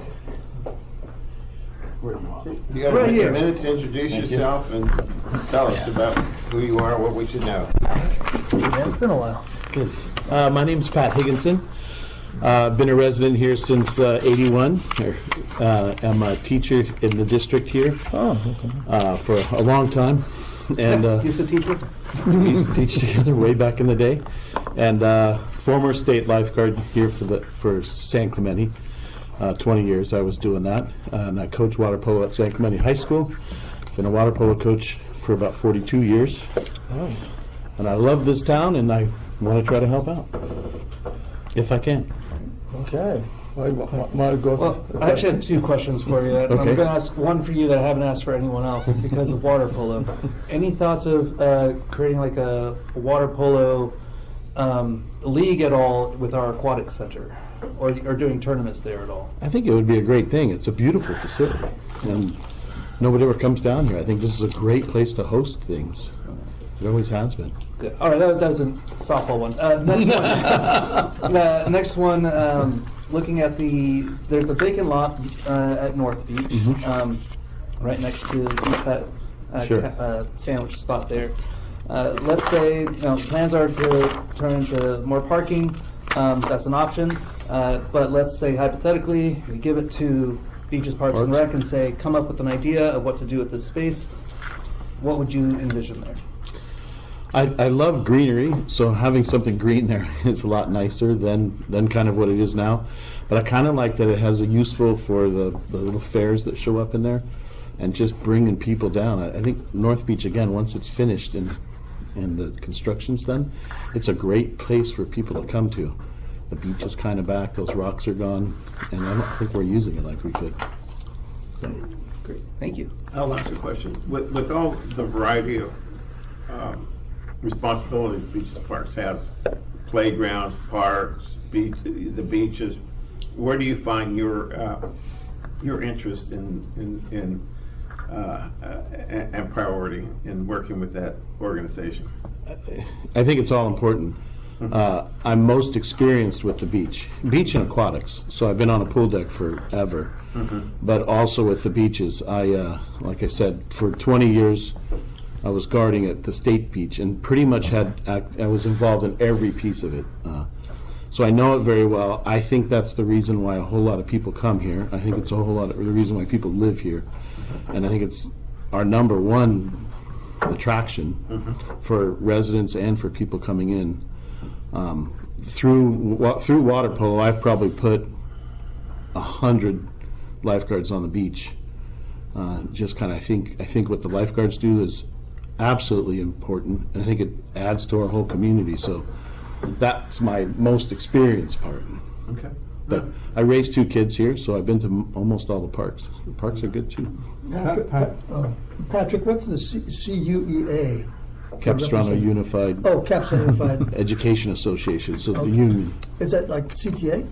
It's a subset of CTA. Oh, okay, got it. I didn't know what those initials were. Thank you. Patrick, you've spent so much time on the state beaches. You said all of these beaches provide a unique perspective on coastal management. So, can you share with me how you translate your lifeguard and water polo experience into coastal management? Well, I think the obvious thing is that just our beaches are disappearing. And I don't even know what the solution is to that. And I kind of don't know who knows. I ask around a lot because I'm still very connected to the lifeguards. And you just hear a lot of different things and different answers. I don't know that anybody knows how to bring the sand back. But increasing the size of our beach matters tremendously. Thank you. Okay, you're no time constraints on this because you know that the meetings do take some time and you don't have any issue with that. No. And you have no issue with, see, the Beaches and Parks doesn't make policy. What they do is they recommend policy to the city council. And we need people who are going to be very proactive when these, I have to say, my experience has been that there hasn't been many things put forward by the Beaches and Parks Committee. We don't hear from them. It needs a shot in the arm. Would you be able to do that and move some of these things forward, make some decisions, and give us some? I hope so. To be honest, I think like Heritage Park it's another one that just kind of sits, and like, soccer and baseball use it. I don't think the aquatics is used as well as it could be used, but just the whole thing. I love that the golf course is being put in there and all that, but I kind of, the attention is here, and deservedly so, but there's so many jewels back here. Right. Any other questions? No. Okay, Appreciate the opportunity. So if Sahara's in here, then it's Katie? Yes. Okay. Good to see you. You too, Patrick. Thank you. Good job, Pat. Thank you for all your service also.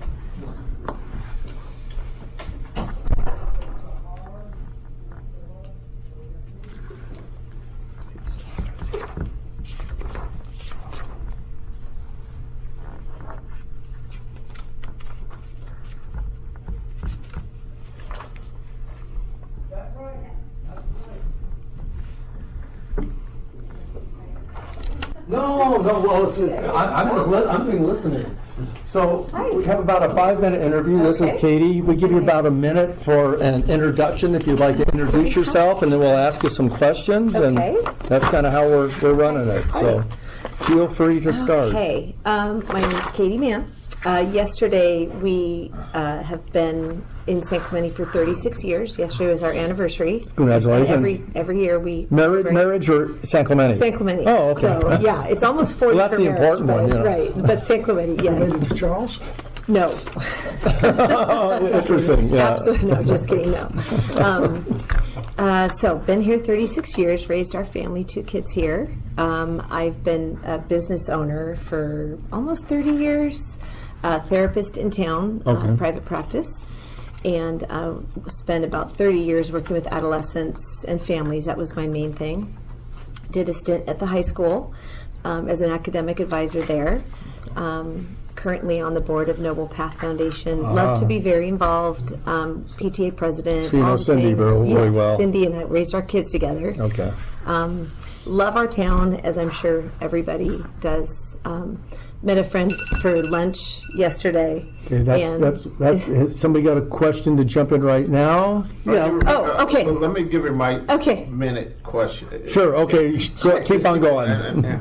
No, just again, love this town. I would love to be part of the solution. My one frustration is when I read in the paper the complaints, I get cranky because it's like, okay, let's put that energy into community solutions. So that's why I want to do this. And I took the leadership class. I thought I knew so much about San Clemente. I learned a ton. So How'd you like the trolley tour? I didn't get to do that. Well, you have to jump in. I was at Sam Darnold's wedding, so that weighed. That weighed a little bit more Sam than- Darnold's wedding. Yeah. Little name drop. Yeah, a little name drop in there. Yeah. So you have a connection to Steve? No, let's just check that. Yeah, right. I think Mark has a real question for you. Okay, there's a vacant lot at North Beach, Yes, right there next to is. the. I live in North Beach. That's my. Okay, jam. great. So the original plan is to turn that vacant lot into more parking spots for North Beach. Let's say we give that lot to Beaches Parks and Rec. You can envision whatever you want. What would you want to do with that lot? Oh my goodness, that's a big one.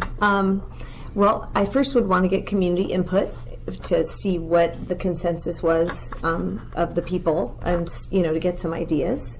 It would be nice to have multi-use, where different generations. This is a multi-generational town, so where every generation could enjoy it.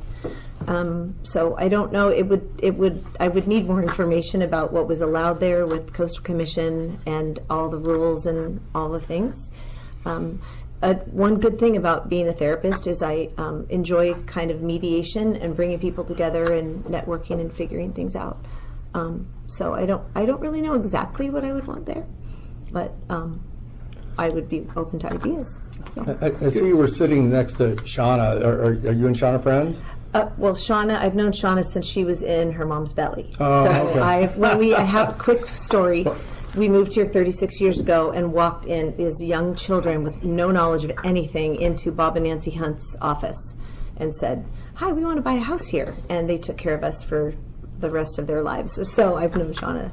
Okay, because the reason I ask, she's kind of a fire plug. I've known her, and she's a go-getter. best. So Yes. on this beaches and parks, I've mentioned in the past, they've been a little slow sometimes to put forward, suggestions to the council about what we can do. And I want to see that we can get people on that aren't afraid to speak up and want to move things, not just have a think tank. Right. No, I was just talking to her about that, actually, about that they don't.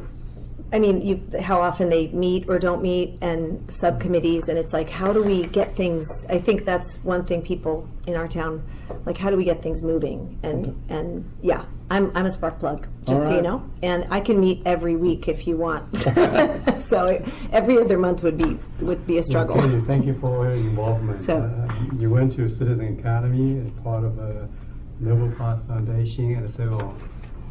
You made one comment is you want to be part of the solution and not part of the problem. So want to be part of the solution, you're a doer, it looks like. And what is the part of the,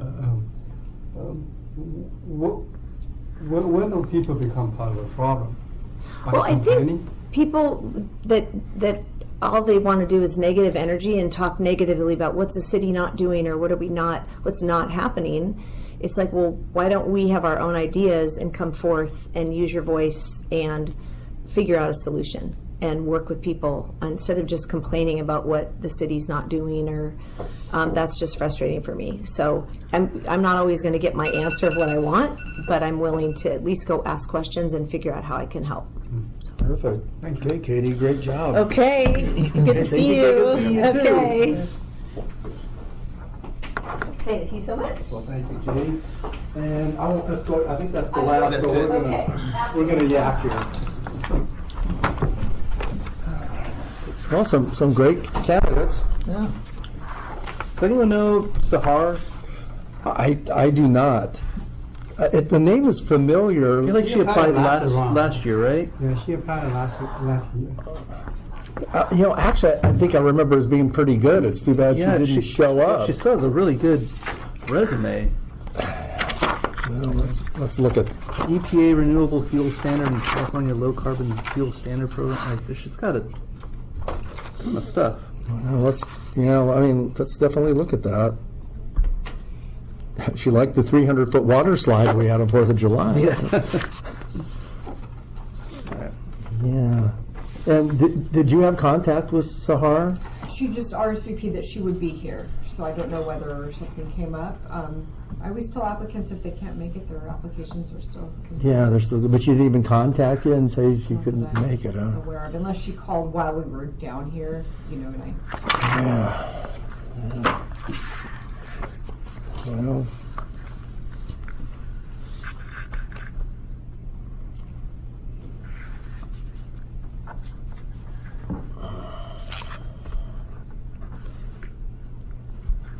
We get how many votes? 7. You get 7. I think there's actually 8 people that interviewed.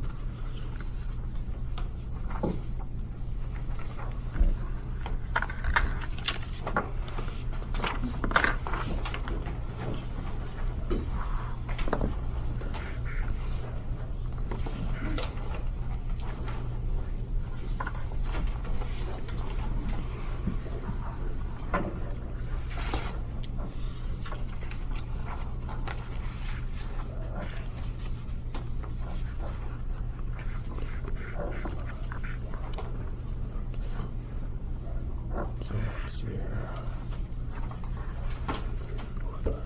What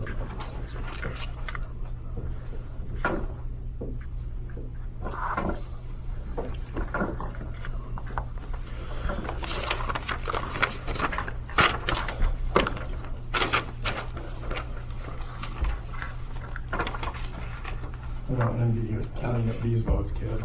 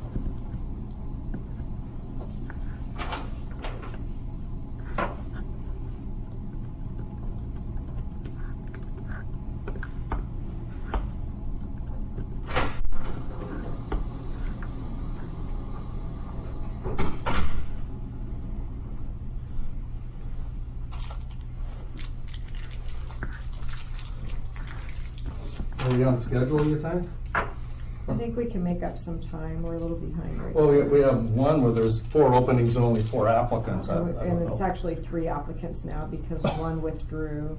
Which one withdrew? Alexandra Song. Oh. What'd you do, Steve? The committee? That's community safety and welfare. But with the next one we're interviewing is arts and culture. I'm going to recount real quickly. Yeah.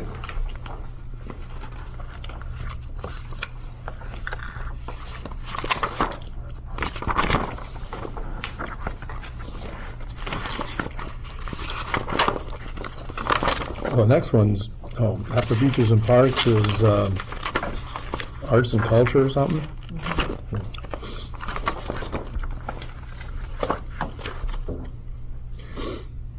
Why couldn't we do community safety? Just, You do it off of the applications. yeah. I mean, 2 of them are incumbent, I think. Yep. Which is, they're not up. Community safety and welfare, There's so did there's only 3 applying. did Rosemary Salas not reapply? No, she's on there. Community safety and welfare, 4 seats open. Rosemary is the only incumbent. So Paula Cole, well, we know, you know Paula, I know her. Distracting Laura do count. Oh, nothing can distract Laura, trust me. So Christopher Fisher, so there's 4 seats open and only 3 people applied. If you want to just look at the Look at applications the applications and, and move them. yeah. Okay. You can just approve the 3 by acclamation. Yeah.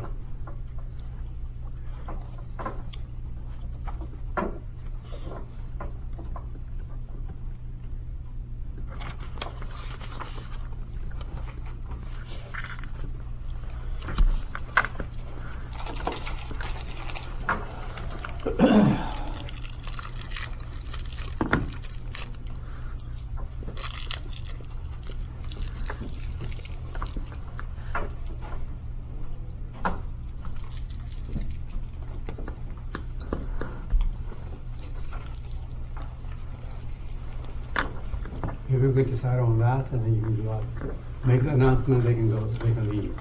I will. Let's let Laura finish this one first. So You're for distracting Laura. beaches, parks, and rec, let's see here. Robert Dyer and Shauna Garcia each have 5 votes. Slow down, Robert. Robert and Shauna, Robert and Shauna. they're 2 in a row. Robert and Shauna.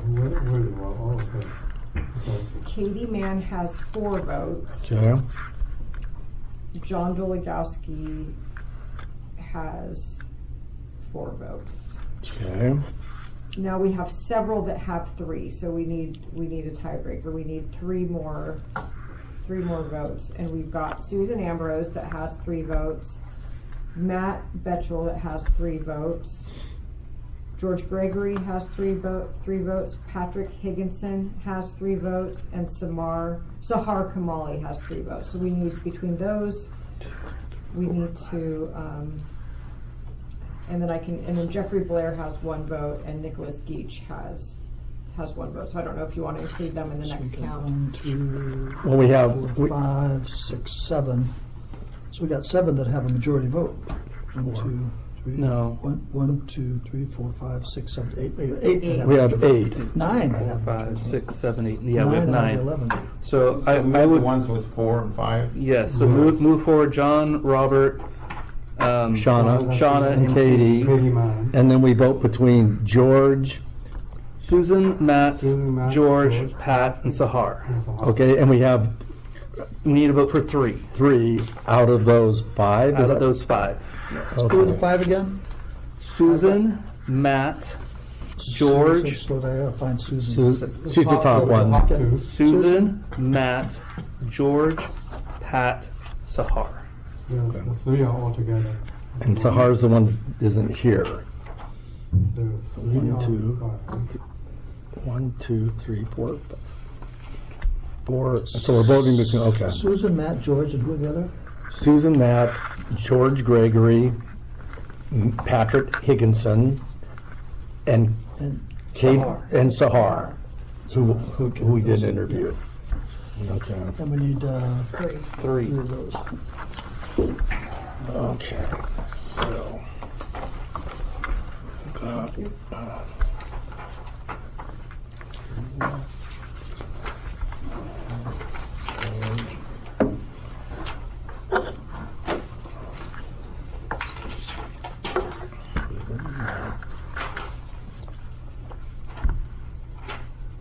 George.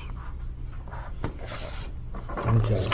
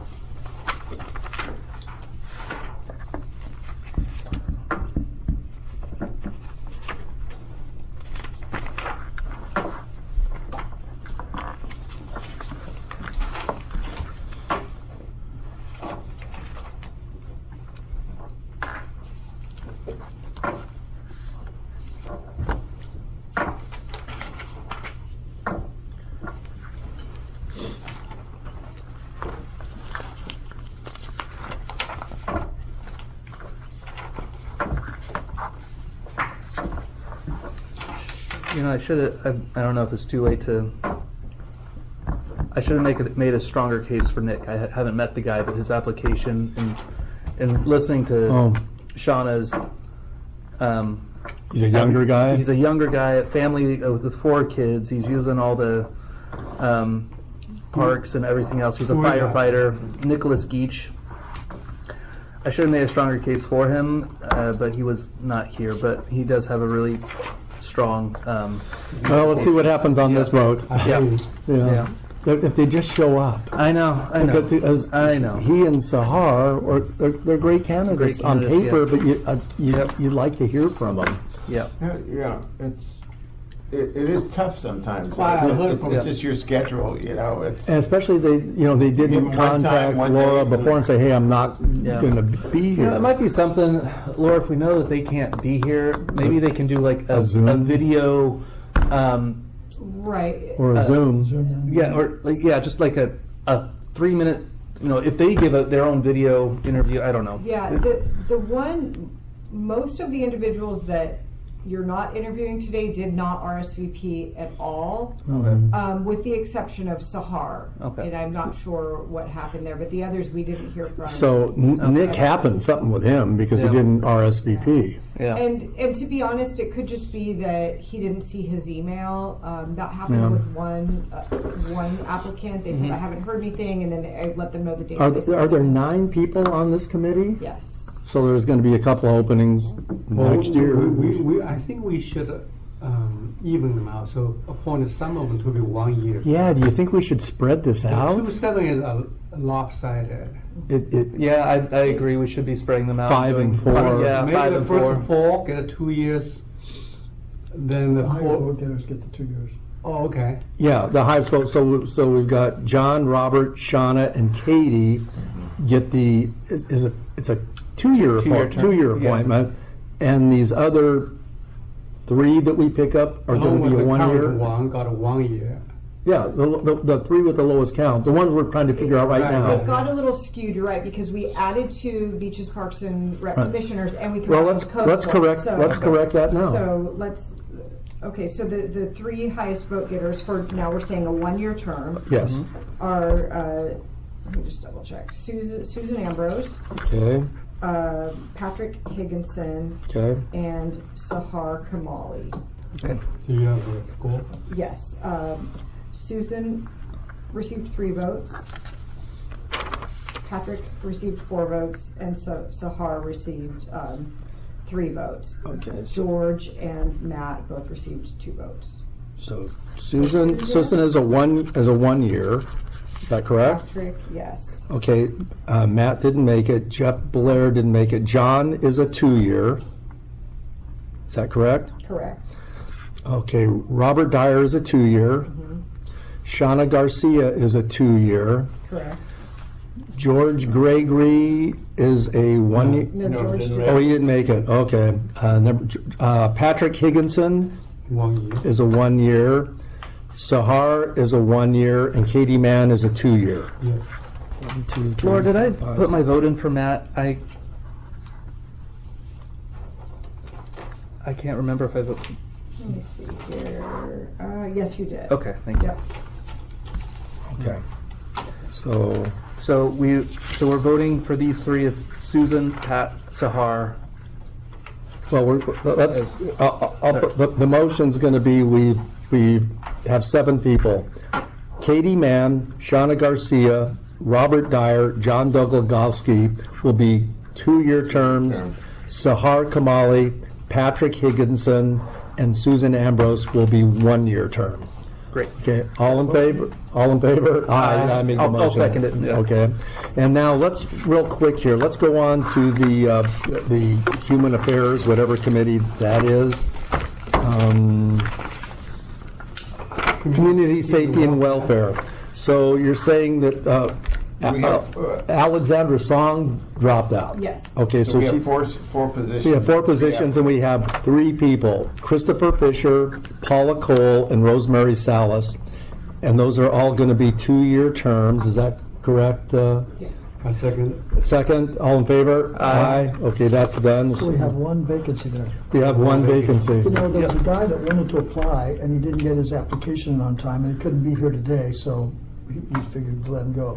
He's Chris Brown, he's ex-cop, worked for Fluor, ex-fireman early in his career, businessman. Well, we need to fill this, so we're going to have a special meeting. Yeah, we'll have a special to meeting. do this. I mean, that might be a good one for Matt as well, who's a firefighter and wanted to be involved. So. Oh, interesting. Yeah. Yeah. Yeah. We'll have to open it up and see who we can get for it. Yeah. Okay. Yeah. So you'll re-advertise for that? Yes. Okay. Yeah. Okay. So. And so that was a 5-0 vote to appoint the Yes. three, okay. And a 5-0 vote to appoint the three. And then Arts and Culture Committee is who you're interviewing next. You could go let them know, or No, well, what are you saying? What are you saying about Arts and Culture? I was just going to let you know that Julia Darden-Lintz is unable to attend. She is very much interested. Okay, in, still interested. Okay. Yes, being under consideration. She's just out of town. So Okay. we'll have 4 applicants. Okay, and that'll be Jessica Chong, then will be the first one that we call on that.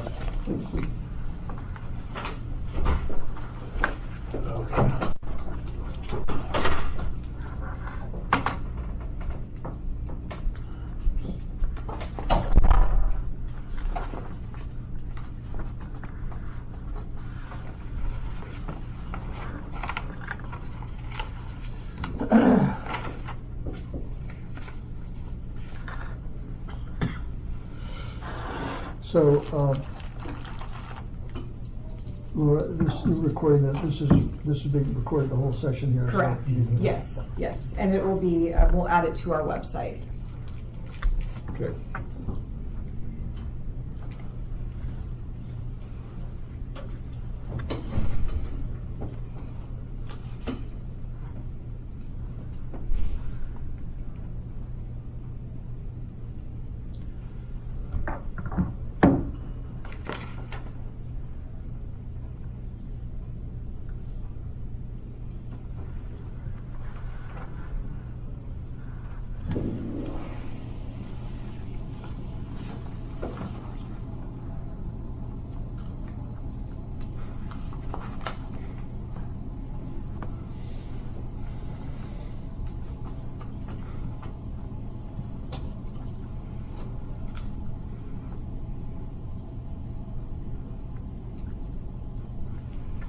Laura, are they serving some food? Yes, Miley will be bringing food. Yes, from Romano's. Hungry? No, just curious. But you will be. I may be. Yeah. I may be. Do you have time before the meeting? I brought something. I'll heat it up real quick, and hopefully we should have time. We'll get caught up here. Meeting starts at 5:30. Meeting starts at 5:30? Yes. Oh, okay. No closed session. Okay, good. So We have plenty of time. we planned Sure. that so that there Yeah. would be time to eat.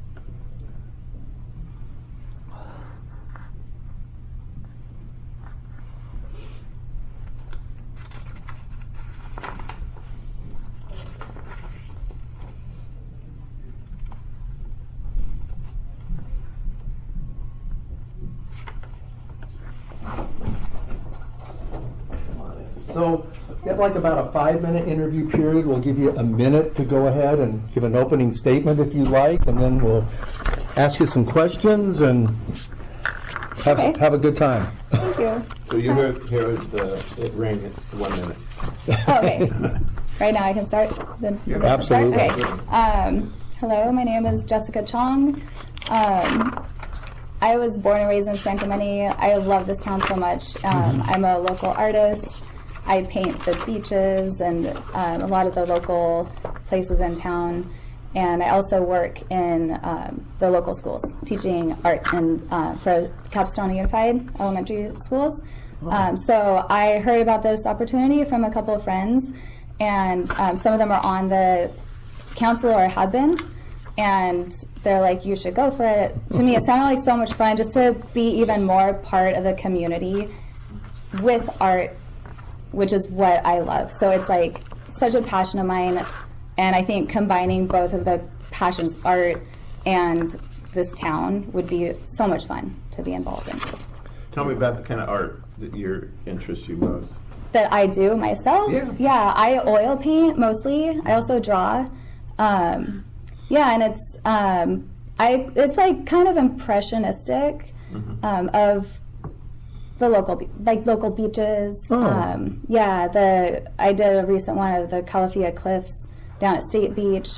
Do you enter in the art contests that they? I have over the years, and then now, I've been part of the San Clemente Art Association, and then I've had my art in a few different places in town. Like right now, I have some pieces at the Living Art Gallery, which is a tattoo shop in South San Clemente. Oh. And I've had it at Los Molinos Brewery.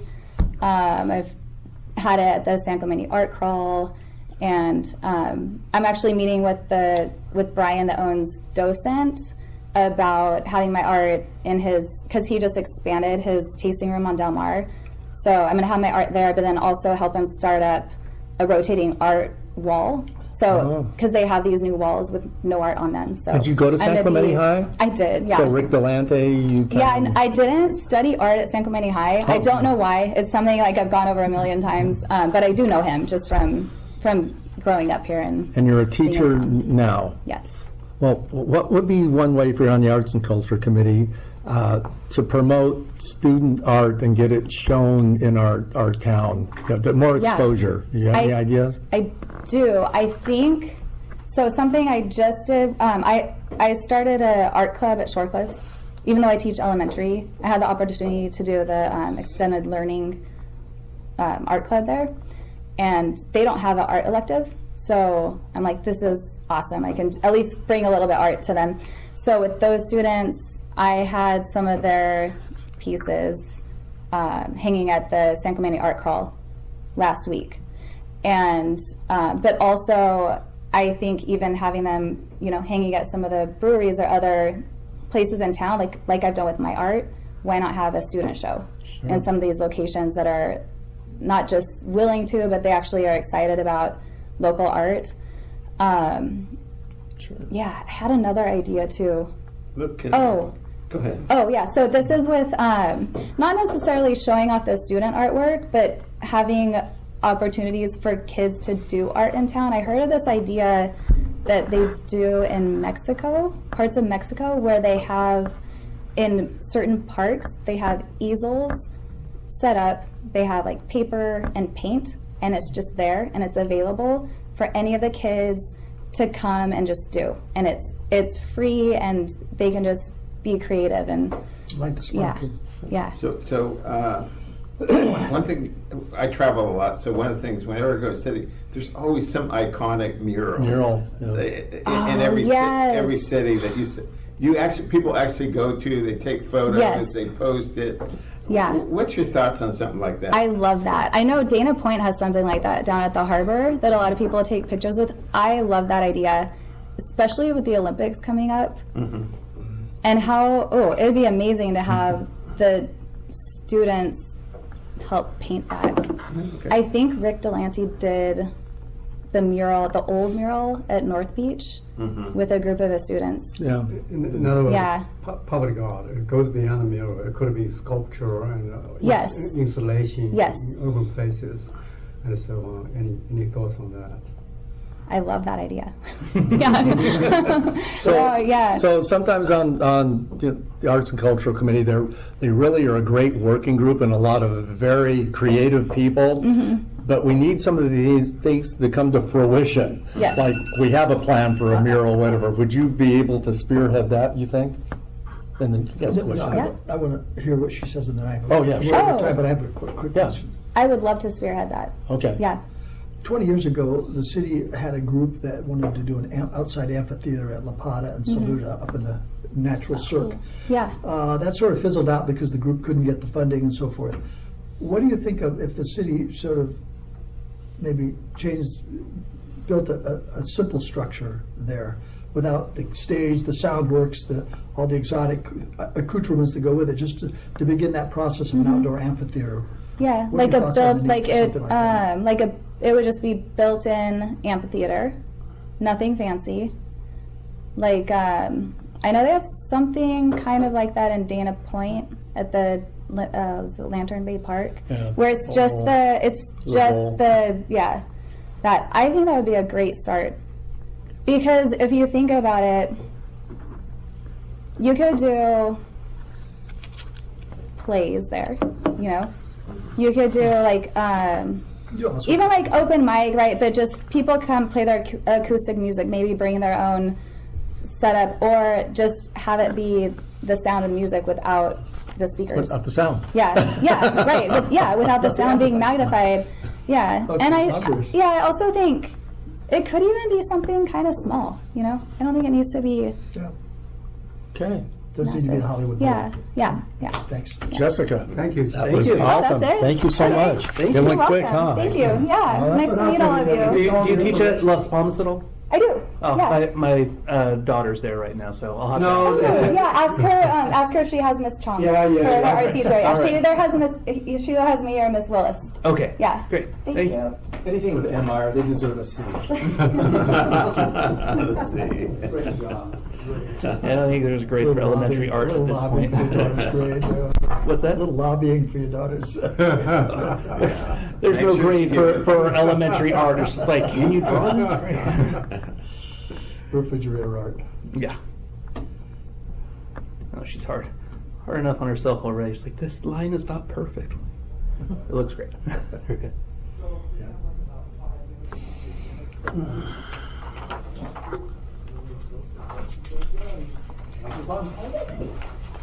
Okay, this is Amanda. Hello, Amanda. Amanda. And this is my seat. This is your seat. Thank you, everyone. Nice to be here. I'm Amanda Greco. My family moved to St. Cloud in 1978. So from the age of 1, I got a chance to go to school at Las Palmas, Ole Hansen when the campus was open. I was in the inaugural class at Truman Benedict. One of my claims to fame is I helped to vote on the colors and the mascot as a member of student council in fifth grade. What or color something. is it? It was teal and magenta, which tells you what year it was. Boy, that's Circa going, 1980. that's going out on a limb. I think there. that they have changed it since, but the Bobcats. The Bobcats, okay. That stuck. Anyway, graduated from St. Cloud High School. I'm a year younger than your big sister, Corinne. Oh. And now it's spent several years kind of building my professional credentials and education outside of the area, but moved back in 2021 and now live in Short Cliffs and have a 13-year-old and a 16-year-old, one at Short Cliffs and one at St. Cloud High. And I had the honor of serving on the inaugural forum of the Arts and Culture Committee to try to help. You're on now, right? Yes, Okay. kind of ending imminently. Okay. Okay. And really enjoyed the collaboration of getting to know the other contributors and helping to create a vision for how the city could harness the arts and culture to more proactively kind of create some kind of cohesive plan for where we invest and how it brings people together. Let me just expand on that, because that's usually my last question. But Arts and Culture Committee, I love all the people on there, and very, very talented and artistic. Coming up with the Olympics on 100th year anniversary, we've talked about a lot of things. We've talked about murals. And we haven't seen much come out as a recommendation. Hey, there's a great place for a mural, and here's what we're thinking about doing. You think we could light a fire a little bit to get some of this coming out of your committee so we can get some of these projects going? That's a great plan. I mean, we proposed 3 months ago a draft kind of overarching policy structure that we're working through with Samantha's team, and hoping that we can we're seeking guidance on how to bring it to you. So I think we met maybe 6 months ago with Shane about some of the budget ideas, and we're thinking about not both concentrating it. We did an overlay with the general plan to try to talk about both the Centennial and the Olympics, kind of creating this moment of focus, right, where there's an opportunity to just bring a little bit more kind of intention to the attention that St. Cloud will be getting in the next 3 to 4 years. We have some art installation or maybe think about the train going south, getting to the Dressers. They're going to see something on the pedestrian bridge, maybe, whatever that is. That's an interesting idea. Yeah, so 100% agree. Okay. This is a, that, and we kind of feel at time. Una pregunta, pero es en español. Sí, hablo español también. Okay. Estudiaba en Granada, en España, y viví en Chile también. Well, I need a translator. I'm just establishing credibility. Something about living in Chile, but or it's cold in here, one or the other. I was drawn to Chile because it was like the reverse California. I just want to see if you still spoke Spanish, because you had a lot of Spanish in your educational. I still use it quite a bit with work and whenever I have a chance. Amanda, if I could, in terms of performing arts, 20 years ago, there was a committee that looked at doing outside amphitheater at La Pata and Salud. It sort of fizzled. A few years ago, we had another ad hoc committee formed to look at some other outside amphitheater. That sort of came up with no suggestions.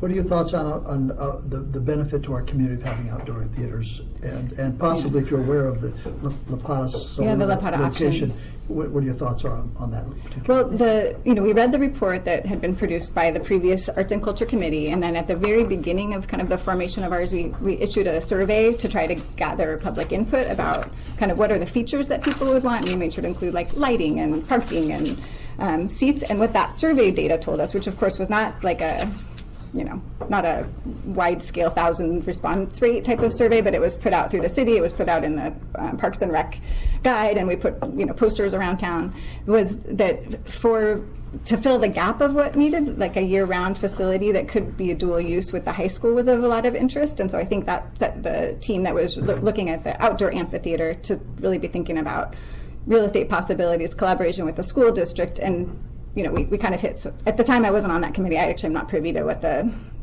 behind the scenes conversations were. Your thoughts overall? Oh, overall. I think we need it, absolutely. We need some space to be able to, kind of offer our community the types of opportunities to convene that they need. Other questions? Amanda, you're delightful. Thank you so much. Thank you. Great to meet you. Thank you.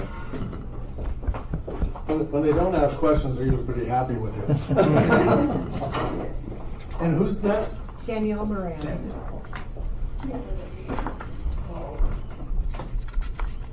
Looks like we're only going to have 4 interviewees, right? And there's 4 spots. I like your recommendation, though. Let's take a look at the ones that don't show up, just to make sure that we're not missing something. And every single one of these was a good applicant here in terms of. Yeah. I didn't see one. Hi. Hello. Hi, everyone. All righty. Should I sit down? You should. Okay. Well, you can stand if you want. If you're a performer. I'll present. Hi. How you doing? Good. Doing good today. How are you all doing? You've been in here for a while. Well, that's okay. It's been going fast. Yeah. When you talk to a lot of great people, it goes fast. Awesome. All right, go ahead and tell us a little about. You got about a minute just to tell us a little bit about yourself, and then we'll ask some follow-up questions. Yeah. So my name is Danielle Moran. I'm originally from Glendora, California. So about a little bit closer to LA. I just moved here about 2 months ago, and I lived in Utah for 13 years. Welcome. I did just Provo. I did my undergrad in business management. I have a master's degree in BYU. Brigham Young. Yeah. So I did my undergrad in business management. I have a master's degree also from there in communications. I have a second master's degree in leadership from Claremont Graduate University. So love education, but I love working in like marketing and communications. And so I kind of saw this post on Instagram about working for the city, or not working, but volunteering with the city of San Clemente. And I'm a big art appreciator. I'm not an artist myself, but I love art, and I love going to museums and other things. And so I just thought that this would be a really cool opportunity to not only celebrate the arts and the history of San Clemente, but also bring in kind of like my marketing background and communications to like help spread like awareness of it. And that's one thing with our arts and culture. We're trying to promote the arts here in town, and we've been struggling a little bit to get that message out. what are some of your ideas of how we might be able to do that?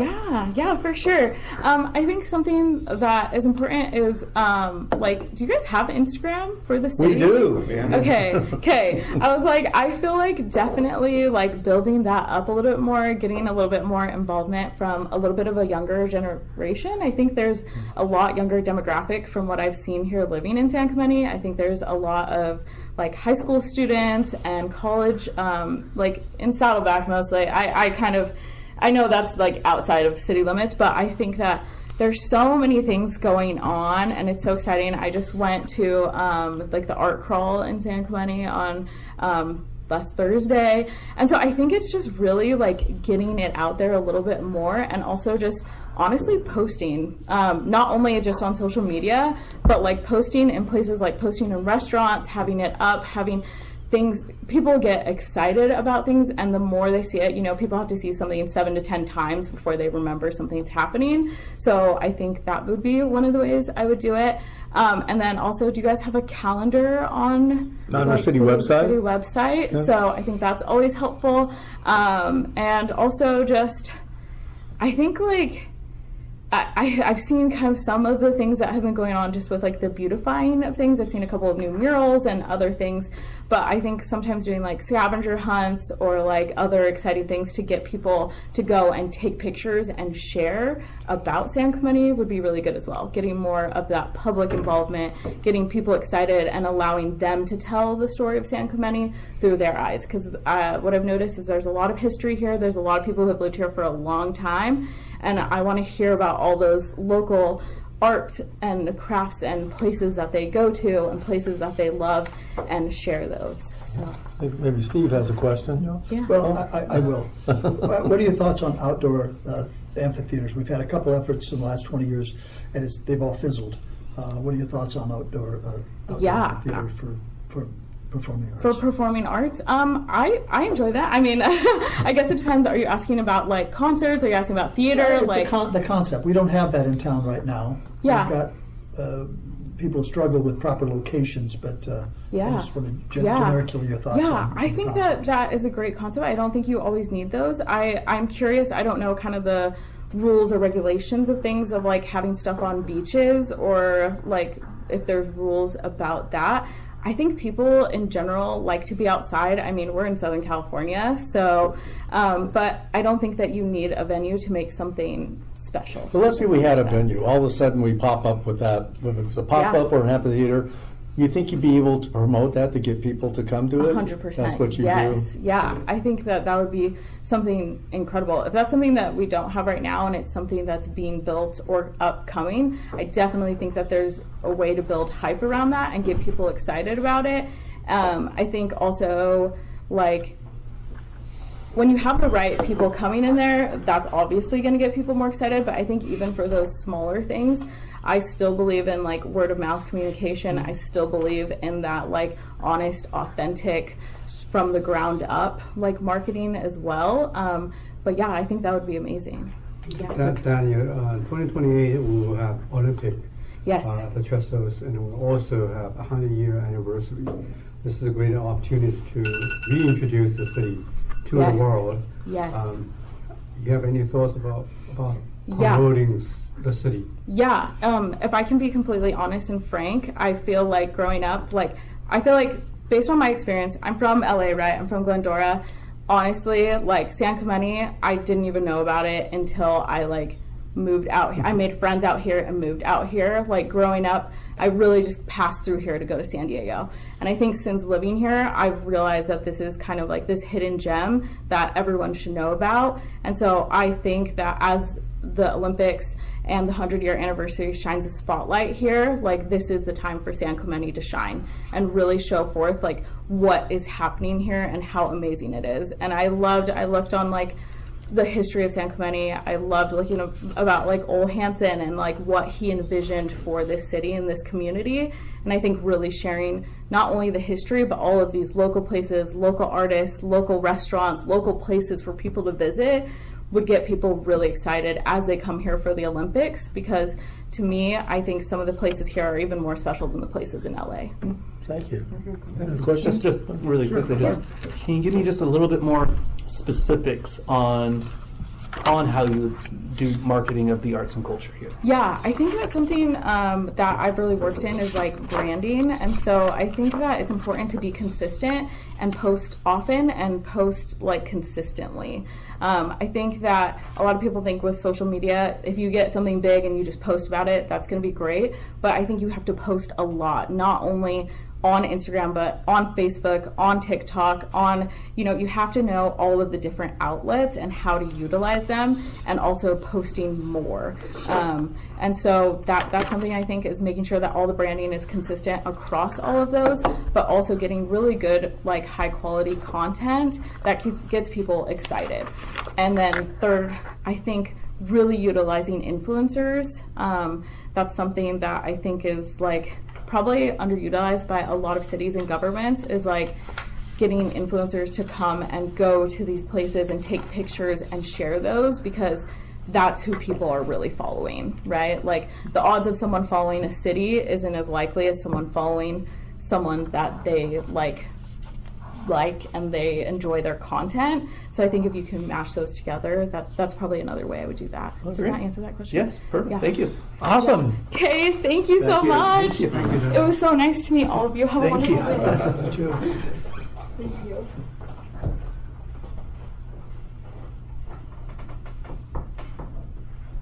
I think we'll get enough. Yeah.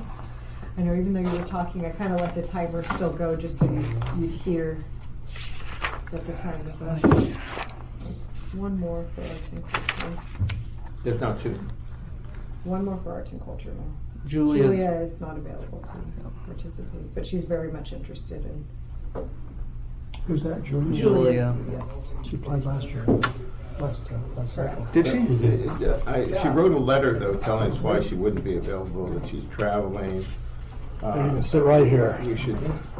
Hey, Michael. Hello, everyone. So, I know a little bit about you, but go ahead and tell us a little bit about yourself. Well, so I grew up in New York City with all the museums and galleries and concert halls there, and went to school there. And when I moved to California, that's all stayed with me, and it's been a big interest for me. I'm an electrical engineer. Kind of got me into audio equipment and music, and we've kind of been feeding each other, my interest in music and my interest in audio. So it's built up my musical depth, and I know a lot about all genres of music and so forth. And I got to talking to Sherman Fowler, who was on the committee, and is a friend of mine, and I thought this might be a good way to maybe give back some to the community here. Okay, so, yeah, I know your audio, have a lot of background in audio, and assuming we could promote some activities, that's the other thing, as I've said to the other applicants, is there's a lot of very talented artistic people, but we'd like to see some product come out, and concerts, or I know Steve is interested in an amphitheater. And do you think once we get those, do you think that's probably, you could be a lot of help in those areas, actually production? Well, I could be in that, especially the amphitheaters. Sounds like a really interesting idea to me. I'm anxious to learn more about that. And but there are other ways to kind of feature more, or to provide more artistic opportunities. And the Audio Society... You're going to expand on that. Yeah, the Audio Society, the average age is growing, and one of my jobs as president of the Audio Society is I'm trying to get new and younger members involved. So we're trying to emphasize more broader genres of music, that younger people appreciate, and help to show them what the difference is between, the earbud type of lifestyle and getting into a good audio system, and how much that enriches the experience, the musical experience. I've gotten to know quite a few people in the music reproduction business, and I've gotten involved with some nonprofits that are promoting opportunities for young people in music. And in fact, I've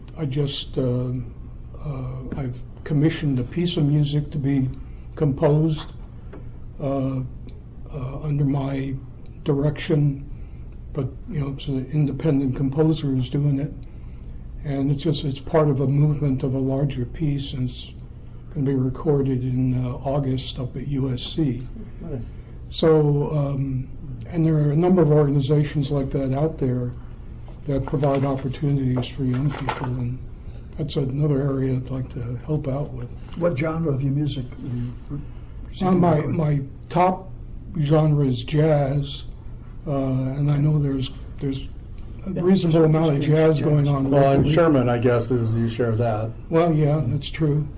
But I sample into everything, and now I'm exploring, more world music and things that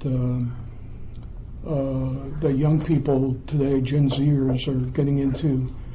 I'm not buying all of it yet, but I'm trying to learn. Some of it is actually quite good and very creative. Do you want to expand on Well, he likes amphitheater? He likes the amphitheater. Yes, concept. he does. That's your question. But it's like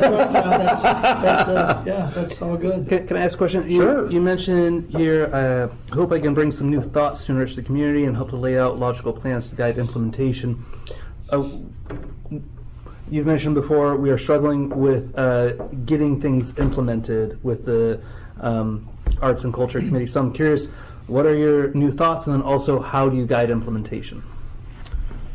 Well, my career has been in research and development, and a lot of that has to do with coming up with new ideas and filtering the good from the bad, and once you pick a path, then figuring out how to get from A to B to produce a product. And the stuff that I did for the Defense Department was all very serious things. We had the warfighter in mind and trying to come up with things that would best protect them. So we fought very hard to stay on schedule, stay within budget. But in R&D, lots of stuff happens that you don't anticipate in the beginning. So then you have to create workaround ideas and go through a process of figuring out the best path forward. Well, the Arts and Culture Committee needs some pushing forward there. We got to get these programs out, not a think tank. When I was a manager, I had a few $100 million programs under me, and well, we have the same budget. That's good. So you're engineering mindset. Okay, Mike. Great. you, Mike. Good job. Thank you. All right. Thank you, Mike. That's our last. Thank you. Yeah. Okay. Let you head out. We'll start figuring this out. Thanks, Mike.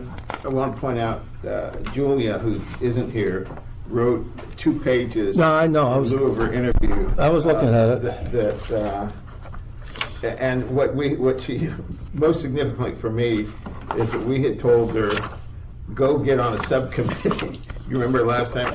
Did she? And she did. Oh, really? And this is the subcommittee that she got on. Okay. So she's been working on a subcommittee. I think that's pretty impressive. Which subcommittee?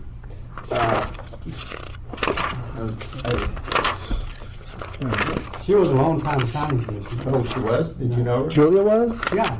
Oh, what? She was the chair of the planning commission. Oh, really? Yeah. Because I got on 2015, she stepped down 2015.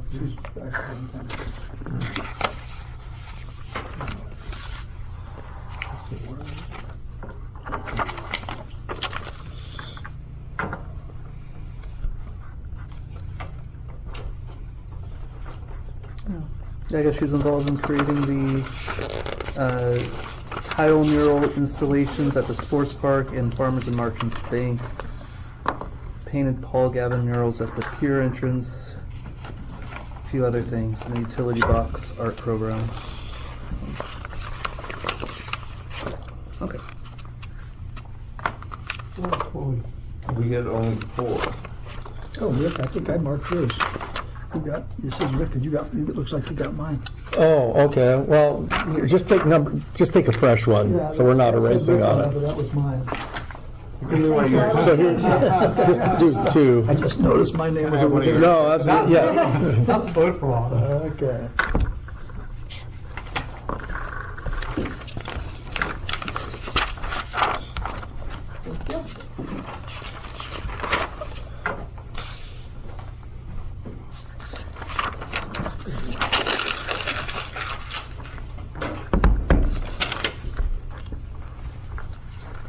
We're getting down to the nubs here. Yeah, well, we hustle, we can get done with this maybe. We already did community safety and welfare, right? Yes. All right. It's the golf committee and the investment advisement thing. We have 9 candidates here. And about 40, 56. Yeah. And there were 2 golf that did not RSVP, so we may have less than that. Let me count this really quick. Yeah, count it up. Do your counting first. Let's see mistakes.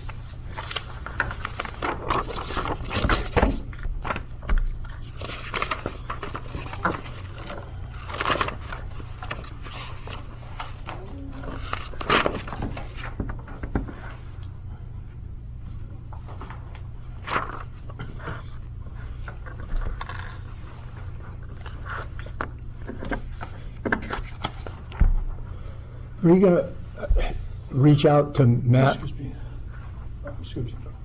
to Matt Mart? Could you reach out to Matt personally, the guy that didn't get on to the firefighter?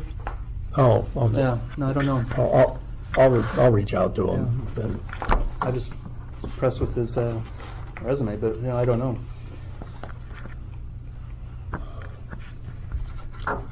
Okay, so let's see here. We've got Jessica Chong with 5 votes. We have Amanda Greco with 5 votes.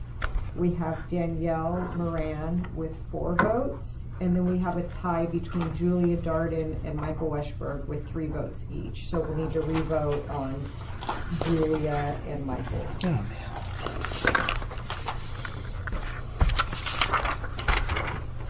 We're just going to vote on these. Thank you.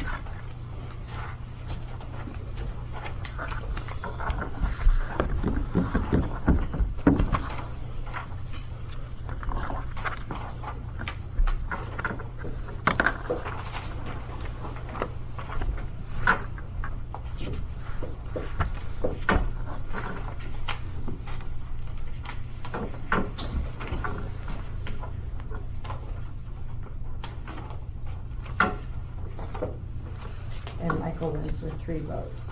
Okay. So Jessica, Amanda, Danielle, and Micah. Okay. And we when it comes up in a year from now, we need to get Julia down here. Yeah. She seems really good. So Yeah. I've got a bunch of people I need to call to make sure they reapply. We've had some really good candidates. Did you make a motion to approve the? Oh, I'll make the motion to approve the Arts and Cultural Committee with Jessica, Amanda, Danielle, and Michael. Second? Second by Mayor Pro Tem Noblock. All in favor? Aye. And on the golf committee, who's not here? So the 2 that I've not heard from are James Miaglia and Ben Page. Actually, 3 of them. James, Ben, and Robert did not RSVP. Doesn't mean they're not here. That doesn't mean they're not here. Starting with John Adams. We'll start with John. Start with John Adams. Put him second. Nice. That's funny. That's a good history joke there. That's a history joke. But we got. He only gets one term. We got to get Adams or Hamilton on the finance committee, the American system. You didn't laugh at my one-term joke? Oh, man, dang. One term what? For John Adams. No, he did 2 terms, didn't he? No, he's just one. Just one. Huh? Yeah. He was our second president, but only had one term and didn't make a deal about stepping off.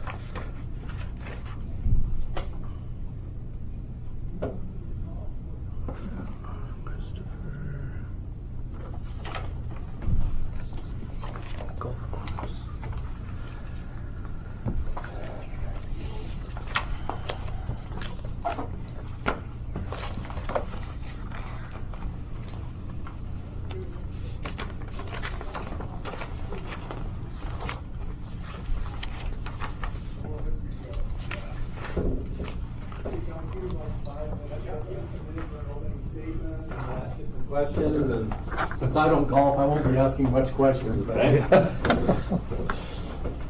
Smells good in here. Does it? Oh, yeah, that's our lunch. Yeah, dinner, supper. There you go. That's right. Dinner. How are you guys and gals?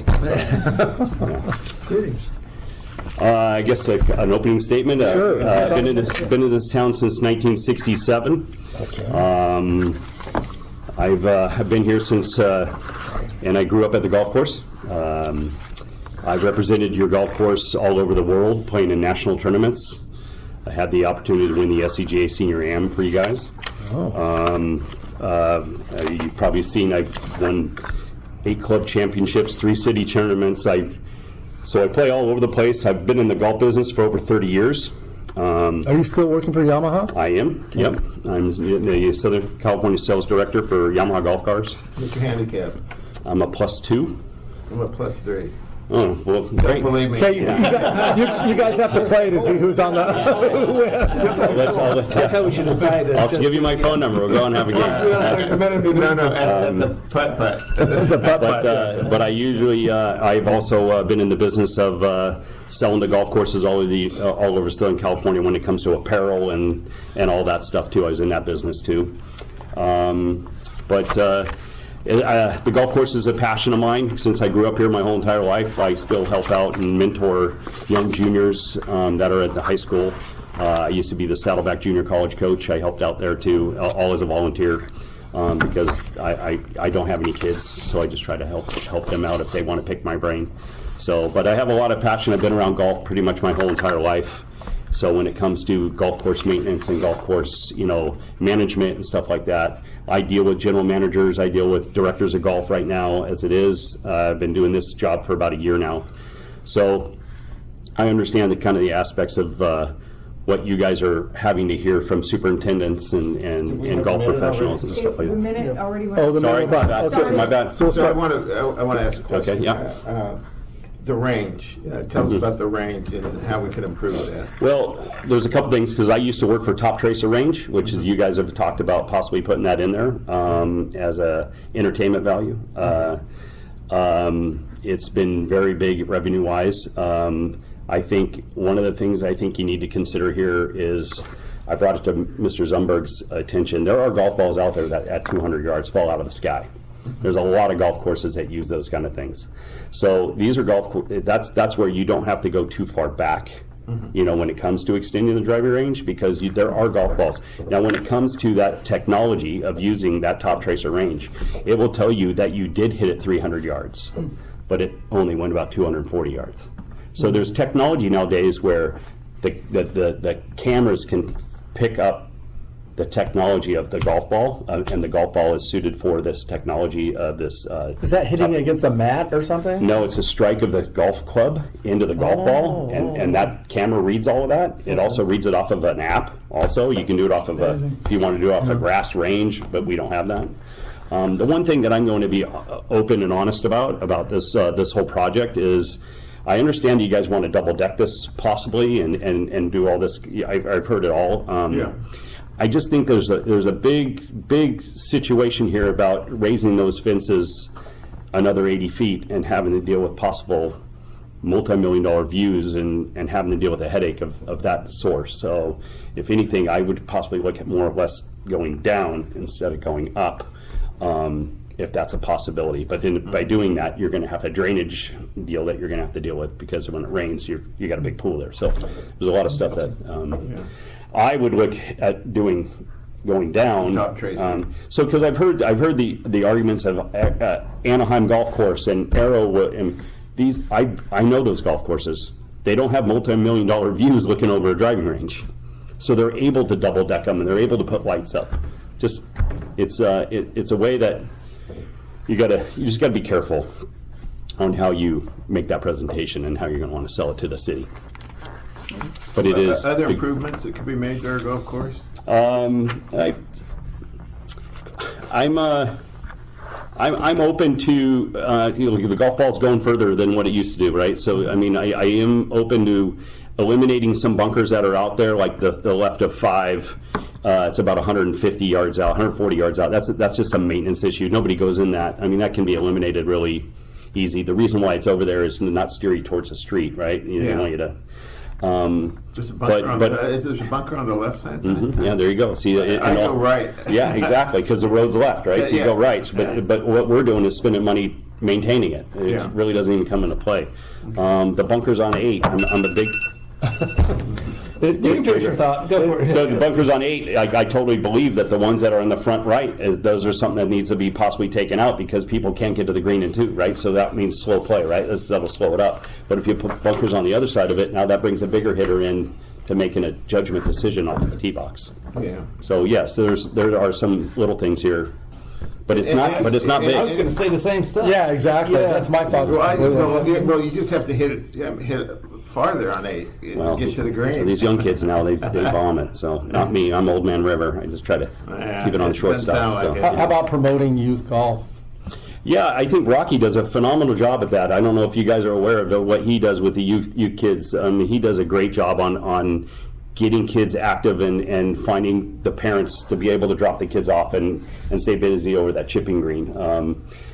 There's a whole issue over there with the whole, I don't know if it's an issue, but the weddings going on and all that kind of stuff. Yeah, but that is an area that if there comes money down the in the future, that to kind of maintain that, or maybe make it a little bit more user friendly for people like Rocky to take the kids away from the driving range and put them out there Let towards me that ask chipping. you 2 more things, because tee times and really, how do we deal? Any ideas on tee times? Well, tee times, that's and been pricing, because so pricing. We've already decided that. Yeah, but it's coming back. So tee times is what it is. I mean, it's not easy. It's not easy to get one, right? But when you're one of the most hidden gems price wise around Southern California, it's going to be. And I don't know. My question really is, because we charge probably half what other clubs charge. If you raised it, you're going to get less tee times. Yeah, well, your city is. I think that's only gonna. How much are you gonna raise it? I mean, I thought you did a pretty big job on the last raise. I think you should just keep it there for a while, not a while, but at least a year, and kind of see how it does. Because are you getting more of that local rate than you are that out of town rate? Is the math even working out that way? Yeah. My first suggestion is I would have bumped it up, and then just kept bumping it up and kind of seeing how it goes, instead of, it's $95 to play golf there as an out-of-towner with a cart. So that was kind of a sticker shock to a lot of people. Yeah. But again, are your local people playing now? Which I'm a local guy, so I got no problem, right? Yeah, exactly. It's their course. Yeah, exactly. So. All right. Thanks. Thanks, John. Thank you. All right. Thank you, John. We got it. So we're aware of time. We got about 35 minutes. Thank you. All right. Thank you. This is the last group, right? No, there's one more after. Oh, yeah. No. We'll just cancel the meeting. We'll have it on tomorrow. There we go. Yeah. On your last day of on my school? last day, that's what my last day is Thursday, but still, I don't. We're going to have it Thursday. Who did you say wasn't here for this So one? what the Ben Page? individuals I've not heard from golf are Okay, Kevin, we give you about 5 minutes. We'll give you a minute for an opening statement, and then we'll shoot some questions at you. Okay, pretty simple. My name's Kevin Hossard. I'm a longtime resident of San Clemente. I've been playing at the municipal golf course probably throughout my whole life. When I was a kid, I took advantage of the $1 Twilight program that they used to have, and then as I got older, I actually worked part-time for the city back in the 2008-2009 timeframe. I was a rec leader for the Beaches Park Recreation Department. So I did the after-school, the golf program that they do with the middle schoolers. So with that all said, I got back into golf like a lot of people after COVID, and I've been playing frequently. I'd like to play weekly over at the Muni if I could, but I have family obligations. So, but I've been really enjoying playing there, and over the last year I've been kind of looking at some of the plans and stuff, and I was just intrigued by that, and like to. I saw an opening, or I saw the post on social media for the commission, and I threw my name in the hat. So, got a question? So yeah, how could that golf course be improved? So there's two questions, or there's one answer is it's perfectly fine the way it is, with Sunday rates at $56 for if you want to ride a cart for residents. I really don't have a huge problem with that. I don't know hanging out at the course. I don't know the vibe of the course. I think, just from talking to people, I would say probably 80% of the people probably think the golf course is fine. Probably the number one issue is the sand traps. Sand's a problem. And I know golf courses, taking care of sand traps is a burden, especially in wet areas like Hawaii and stuff. So I think that was something that, I know you guys did a survey a couple years ago. I think that was one of the big issues. And then the driving range, more cues at the driving range. I know that's been in the plans, stuff like that. I do like the redesign. I think my of the range of the driving range. Yeah, and I'm intrigued by the master plan. Mm-hmm. I think I think the concern is if you do all that, how much is the course going to cost? I think keeping it, it is a municipal golf course, and it's one of the few municipal golf courses here in South Orange County. And, I'm fortunate, I play everywhere, but it's still my favorite course. And I know probably a ton of people rely on those low rates for that golf course. I like the new design, but yeah, the cost is a concern depending, how much it goes up. I'm sure there's ways you can, figure out, put more on the non-residents or something like that. If the rates only go up $20, it's really not a big deal. $30 probably not that big of a deal. But if we start getting prices where, we're 150, 200, we're not a municipal golf course anymore. And I think that's the most important thing, is to keep that charm. Other than that, with the redesign, or if it gets implemented, the other issue I look at is, how long is the golf course going to be shut down for? I think that's going to be a huge issue for people, because it looks like a major renovation, and so you're talking about maybe shutting down the 9 holes and then redoing 9 holes and only becoming a 9-hole course for 6 to 9 months, and then flipping it to the back 9 and doing the same thing. So it's almost like a 2-year process, and that, to me, that's going to bother a lot of local golfers in the community. One thing I'd be interested in, if you have this 19th hole concept, which I really like, where you're adding a new tee box and a new par 3, essentially behind the 15th green. I would be interested, and I don't know what the cost would be, but if you could build that hole first, so now you have 19 holes, and somehow, and it could be really expensive, I don't know, but I'd be curious. So you have 19 holes now, and then you do 1 hole at a time, and you keep the 18th. You keep that 18th hole. I thought you were about 19th hole where you go have beer and stuff. Well, that would be part of the problem is that it's irrigation, Oh, yeah. And you got to do it all at one time, at least 9 holes to make it cost effective. Yeah, that makes sense. It's hard to do one hole at a time. Yeah.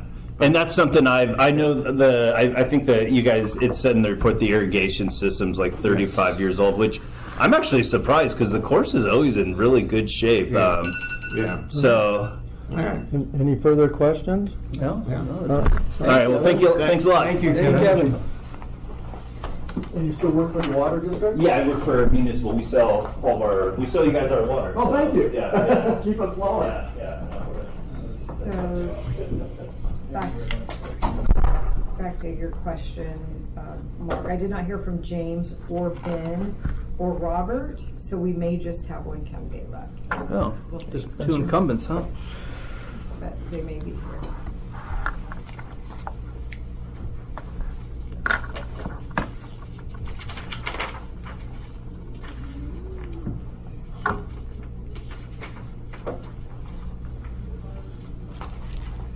James is a doctor. He's got to be a good golfer. Huh? They take Wednesdays off and golf. Okay, Ben is here, and so is Robert Zumberg. They didn't RSVP, but they are here. So, Ben, the hot seat right this is here? the hot seat. We'll give you like a 5-minute interview. We'll give you a minute to give us I'm sorry, who's this? This is Ben Page. Ben, okay. We'll give you a minute for an opening statement, and then we'll ask you some questions. Okay. My name is Ben Page. I have been on the council now for 5 years. I've had the pleasure of speaking with a few of you. Victor and I spoke quite a bit at the last Men's Club annual event. Been awesome. Been a great opportunity to be part of this committee for the last 5 years. In particular, my focus over the last couple of years has been as the subcommittee for the master plan. So myself and another individual on the board, we met with the architect and we went hole by hole through the course. We took a look at where we thought there could be improvements. We gave suggestions and inputs along the way. We've had several design meetings, review meetings, made a lot of changes to what they initially proposed. It's been a really good thing. I'd love to continue to see that through, continue with the great work we've gotten this far. The course is probably the best we've seen it in a long, long time. I've been playing the course now for several years. Okay, thank you. You got a question? You had a question about the range. Yes. And what needs to be done there to bring it up to par. So the range is an incredible asset for the city because it is in very, very high demand. Clearly, it does not have enough slots. If you go in the afternoons, it is full to the max coming out the sides. People are lined up waiting to go. It's a great revenue opportunity for the city. I know that the arrangement that they currently have placed with Dave Cook and his crew is probably not as favorable as it should be, so we'll definitely need to relook at that. But I think there needs to be some expansion to the range. And if you've had a chance to look at the master plan, you'll notice that there is expansion in that, in both moving it a little bit wider with a secondary option of adding a second level. What's your opinion? I think a second level is a good idea. I think the lighting aspect of that, I think that's too far. And I think you're going to run into a lot of problems with the residents not wanting to see the lights. But with the second level and with some of the newer opportunities that these ranges have with Top Tracer and other little things like that, you could definitely, it's just an incredible revenue opportunity. And if talking with the architects, they've implemented this stuff at other courses and it's paid itself back in no time at all. It only takes 2 to 3 years. In fact, Talega Golf Club, which is just here in town, closes its range at like 4 o'clock. So there's just that demand is there. In the summer, yeah. In the summer, it's just, you could do so well with that. The course is such a great asset for us. We just have to make sure that we're maintaining it and we're modernizing it as we need to. It does not need to be completely redesigned. And if you've looked at the master plan and where it started to where we ended up with, it went from a very radical change to something that we didn't need as much changes. We need tweaks for sure. Can we get rid of the sand trap on 8? Just because you keep hitting the ball. Just stop hitting the ball. That is a perfect example, though, of what we need to do. That bunker is very punishing and penal to people who it shouldn't be. It's in a position that allows the good golfers to go past it and the not so good golfers to go in it. And when you're in it, there's no chance of getting to the green, right? Well, he's in it, he's still a +3. Yeah. That's a lot. That's a lot. It's all in that one hole. I've been lying. Yeah. More like an 18. Oh, well, that's okay. That's all right, though. But the whole point of the course is it needs to be accessible to the residents. It needs to be in a condition that everyone's proud of. You know, as a city council, you want it to be the pride of the city, right? I mean, it's a huge asset. Ben, what is your expertise with SAIC? So I am. And the second part is what's your handicap? So the second question. First, so I've been with SAIC since I graduated at University of California, San Diego. SAIC was across the street down there in La Jolla. So I've been there for 26 years. I run, and I'm part of a program management. So we provide managed IT services to the County of Orange, the City of Anaheim, and just recently the City of Irvine. So we have a big program there. And so I'm local. It's great. It's been a good experience to be with them all these years. So I plan off a +2 right now. Are you serious? I mean, you guys are great golfers. So John Adams, who you already saw, so he says he's a +2. He is. So John and I went head-to-head this last year at the club championship for the men's club. We were played in the final group together. So we had a good run. I was fortunate to get the better of him this time, but don't let John fool you. He's a hell of a golfer. He's I'm a really good player. put together one of these charity tournaments. Get these 3 +2s to get with me. Well, that would be great. Yeah. We have some openings on the 26th if you want to play in the Friends Tournament. Absolutely. We can get you in. Yeah. So what else haven't we done there at the golf? Any more questions, Ben? I do think we got to keep going though because we got a 5:30 here. But thank you. Yeah. Thank you. Wonderful. Yes, absolutely. I appreciated this opportunity, so hope to continue.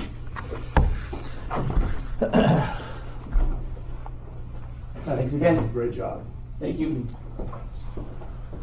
Sorry to push them out. I just want to make sure we get to the next one as well. We do. The investment. We also want to save a few minutes for dinner. Yeah. Sorry, left these. Don't get old, right? You end up having these glasses, and then you don't get used to it.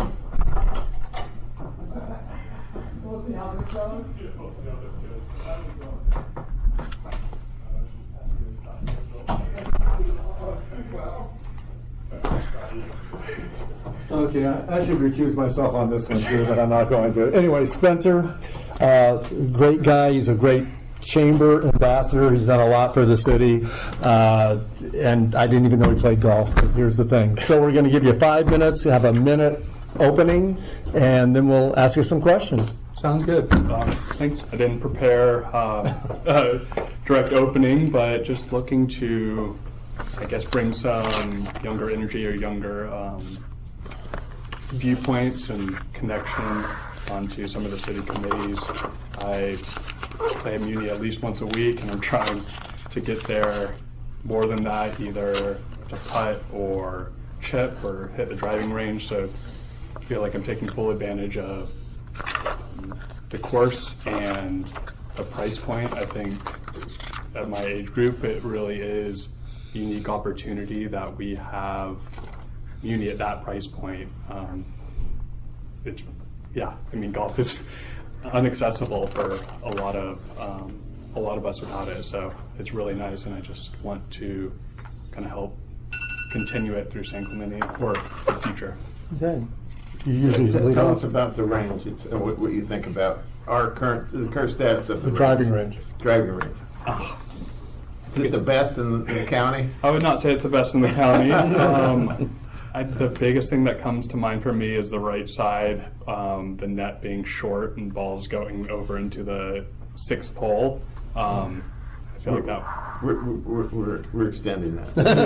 See, I think that's part of the master plan. It's done by the end of the year. Yeah, but it seems reasonably priced. I feel like it's generally there's mats available. I would love to see hours extended, and I don't know if nighttime's an option, things like that.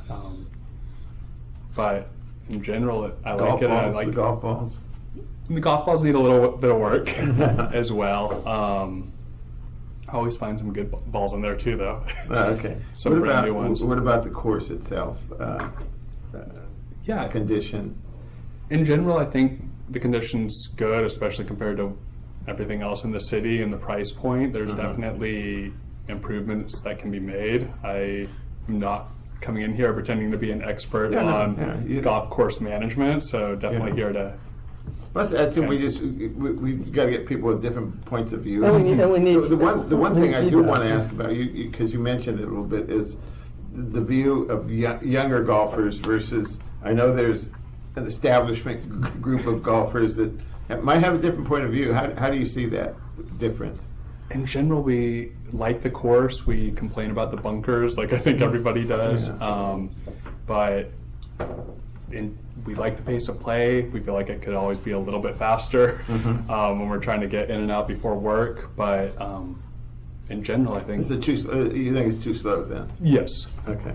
Let me ask you this, because I know, and I'm not a golfer, but we don't get much feedback from the golf committee because I think they think everything's good, but sometimes there are some things that probably could be improved on. Doesn't mean that we have to do them, but I kind of know you personally a little bit, but you would be hesitant of bringing things up if you thought there could be improvements made. No, I am happy to bring things up. I think the reservation system is probably the biggest, I guess, headache or annoyance for people in general. So it's not the golf course directly, but it can be really hard to get a tee time on the weekends or during popular times. I know I'm on at 6 a.m. 8 days before I want to play to get those tee times, and it still can be difficult. And I'm confused how many other people are up at 6 a.m. 8 days before trying to get them. So trying to work on a solution for that, I think. Do you have any ideas about that, or you could always increase fees?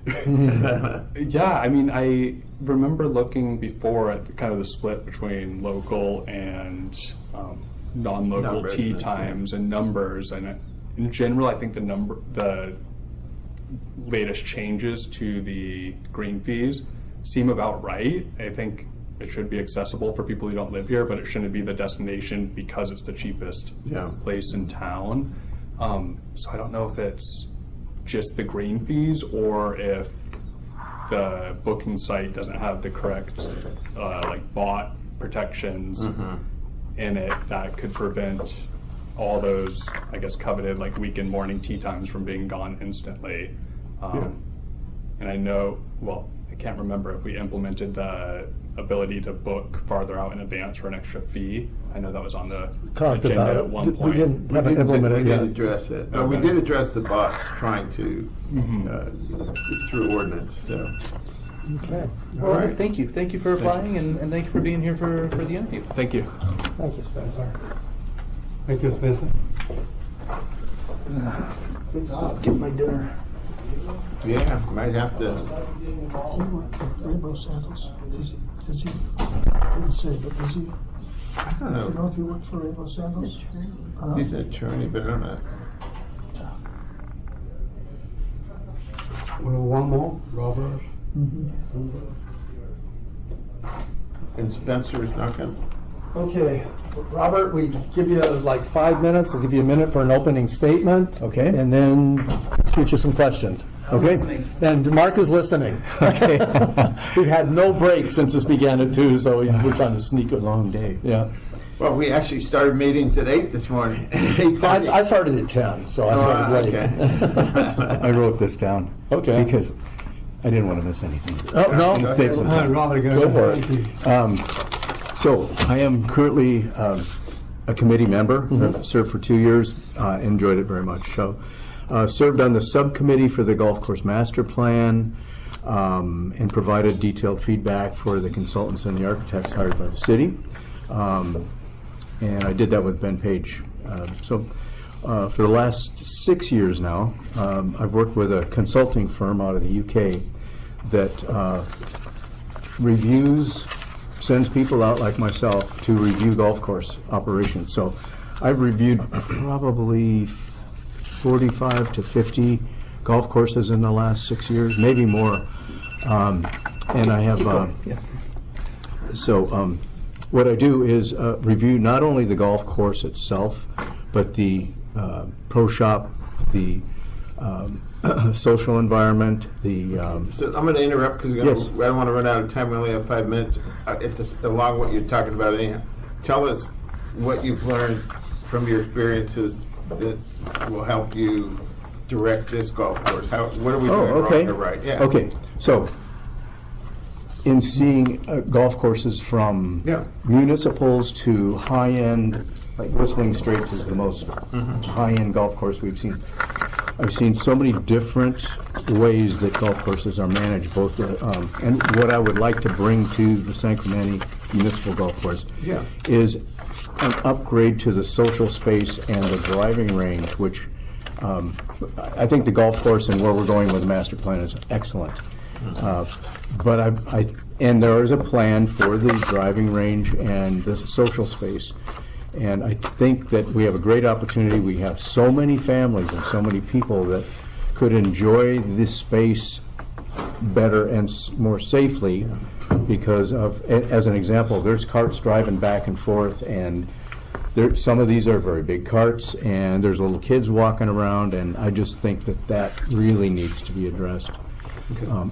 So I've seen some very interesting, very pleasant social areas in these other golf courses I go to, municipal, private, that kind of thing. What about the driving range? What would you change? Well, I think the driving range needs to be modernized, and instead of expanding the netting, there's technology around Top Tracer is one of them. John Adams is a friend of mine. You've talked with him. We've talked about how we could utilize the exact same space with better technology, give much more feedback to the golfer on where their ball's going, how far it's going, that kind of thing. With golf balls that don't go golf so far. balls that don't go so far and don't go over the net and hit people. And I just think it could be much more interesting. The same 50, 75-yard markers have been there for 40 years. It's just the same thing over and over again. Would you come in for It lunch? could be modernized with, I don't think, a lot of money or effort. I think that would enhance the community. So one of the other things that I've had a sense of obligation after this 2 years, my whole mindset has changed. Is what am I here for? It's not just for my friends that I play golf with every week. It's for the greater community now and in the future.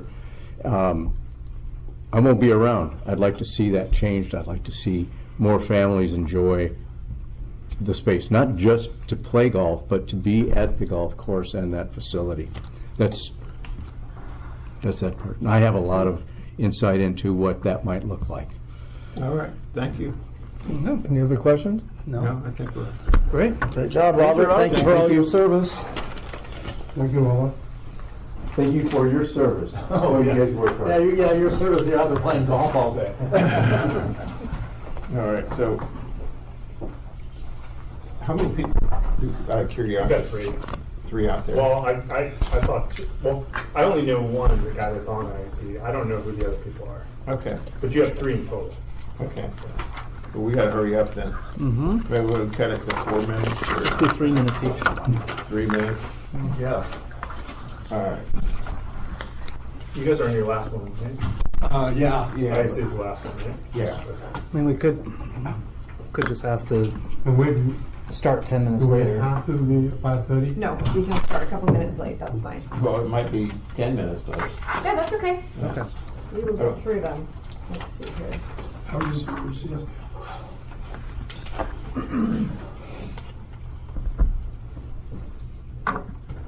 Thank you.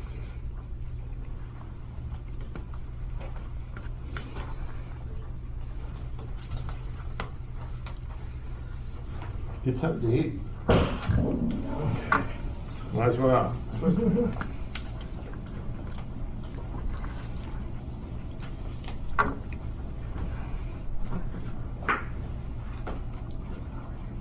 Someone, let's see here. He did come for I'm lunch. not sure. Steve and Victor were browbeating me. Yeah, I know, I bet they were. I bet they were. Victor, Mark, Rick, Steve, I think you voted for 4 people. We got how many? 4. 3. We have 3. Oh, excuse me. She did. I don't know.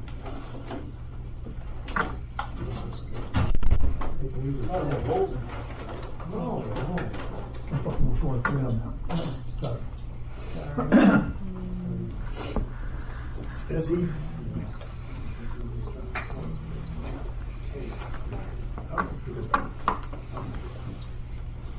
Yeah, attention doctors.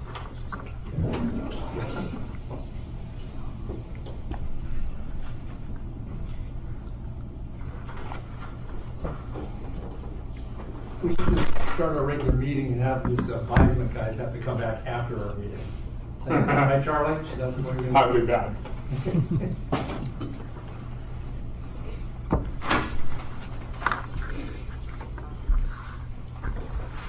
Is there an incumbent for this next one?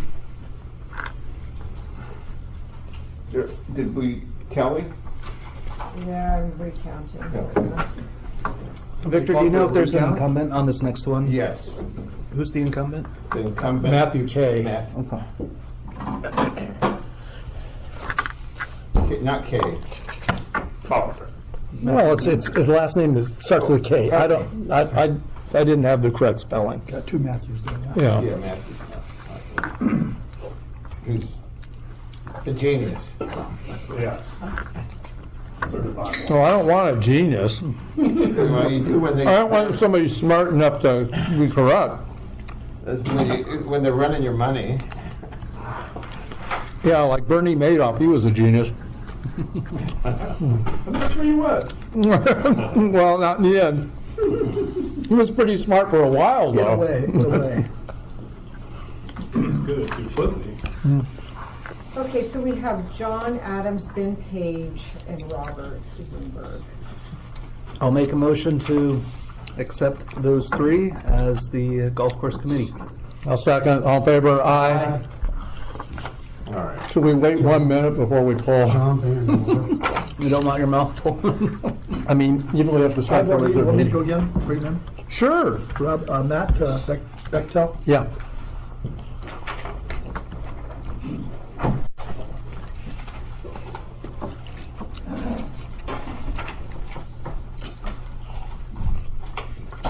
Fruit to be eaten, right? What else do you do? What else can you do? Or do you know where this is from? I think they got it Romano's. Oh, it's Romano's. Just about to take my first bite. Romano's is good. I was trying to figure out something easy because it was Don't going to eat be bread, right up to Wyatt. But you Well, can't resist the Romano rolls. If the people wouldn't have showed up who said they weren't going to show up, we would have been perfect. This is Matthew Koliker. Matthew. Hello. How's it going? Good, how are you? So what's your last name? Oh, you're good. What's your last name? Coliker. Colliker. Yes. Okay. That's okay. Everyone does. It's, You want to get a plate of food because I'm embarrassed that we're eating while you're. It's a tough one. No, it's okay. Okay. All good. Well, we'll give you a minute for an opening statement and we'll ask you some questions. Sure. Well, thank you for having me. I think I am uniquely qualified to sit on the investment committee for a couple of reasons. One, I have relevant experience. I've worked with institutional portfolios very similar to the money portfolios that we manage for the city. For the last 15 years, working with large asset managers, PIMCO and KKR. I'm at KKR currently. So I have a good understanding of both public fixed income, credit markets, and even some expertise on the private side, most recently.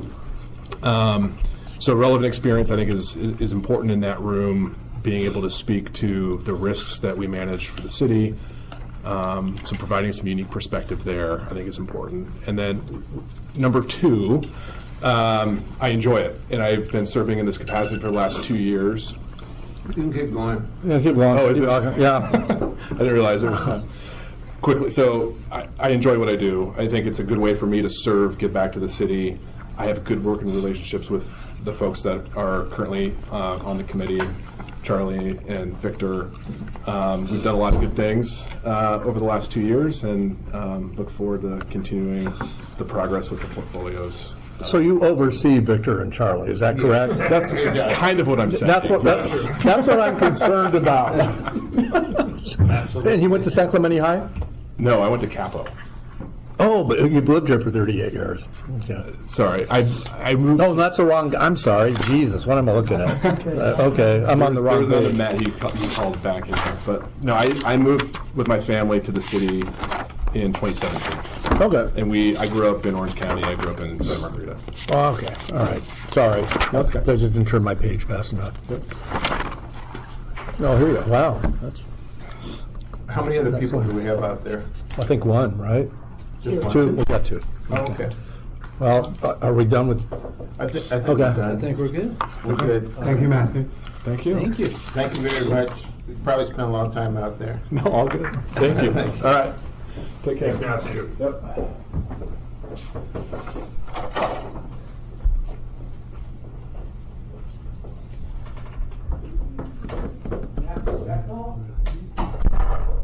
So Matt Bechtel's not here, he wasn't out there. As far as I know, he's here. I think he called out the wrong Matthew, and got him out of order. Well, So I that- called- no, I that- called Bechtel first twice and he didn't answer.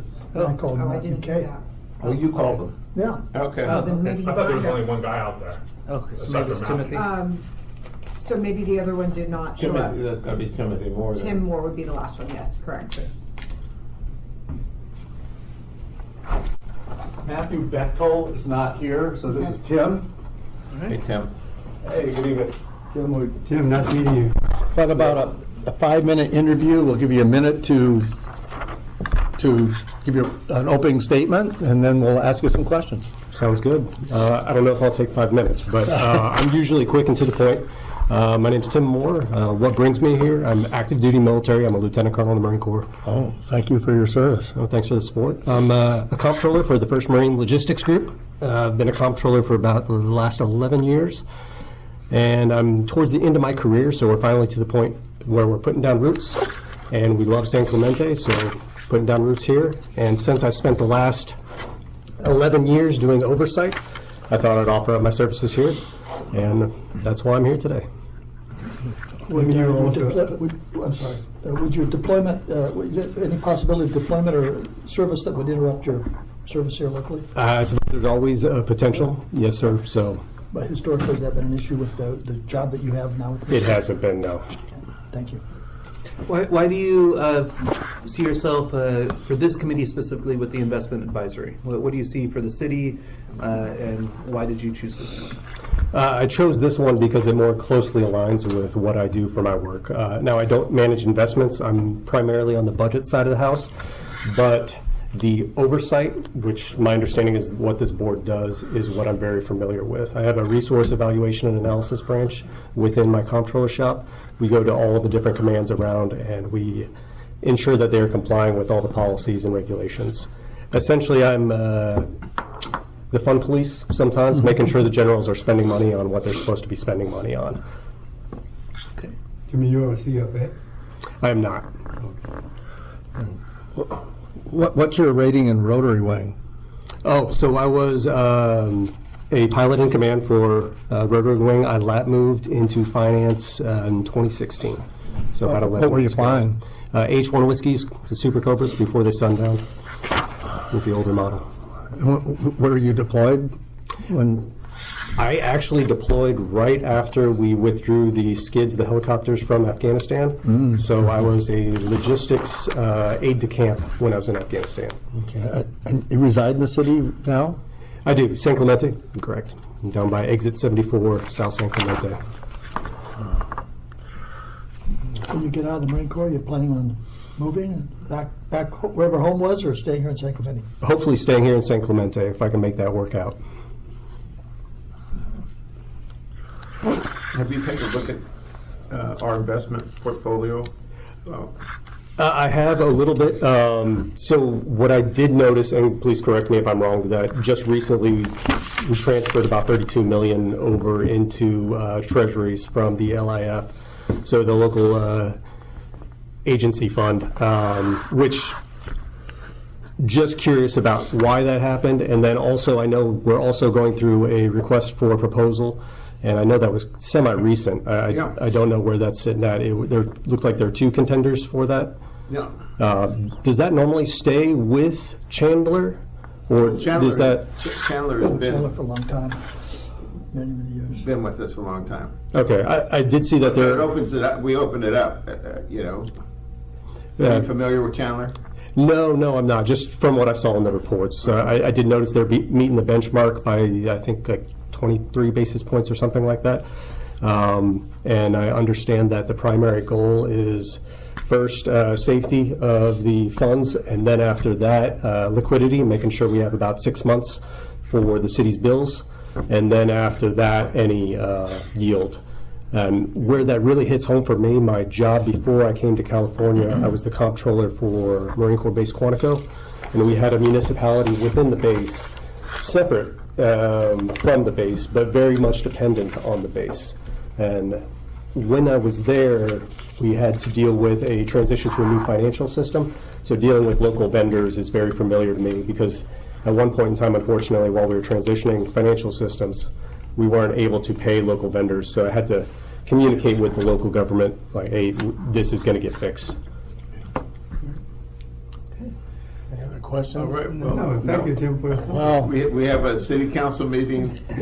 well, now, Right now. Wow, well, quite the resume. Thank you so much for your service. Thanks for the support. Incredible. Thank you. Very nice to meet you all. Thank you.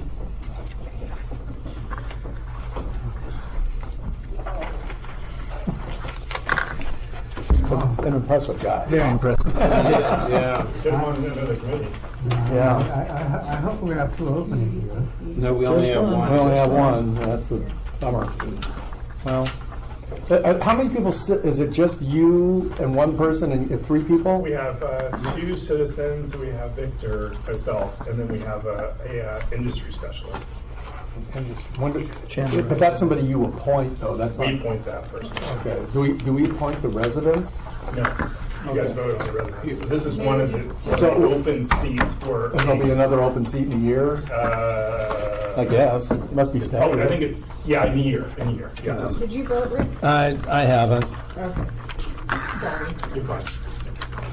I love your guy. I gotta give him some love, but I think you're okay. You know, his service record is almost as impressive as yours. Well, I'm nothing compared to that. You're an Army Ranger. I know, but I went fast. I wasn't in the military forever. Matthew wins with 3 votes, and Timothy had 2 votes. Oh, good. Matthew Coliker, thank you. Do we want to make a motion? I'll move we appoint Matthew Coliker to the investment. All in favor? Aye.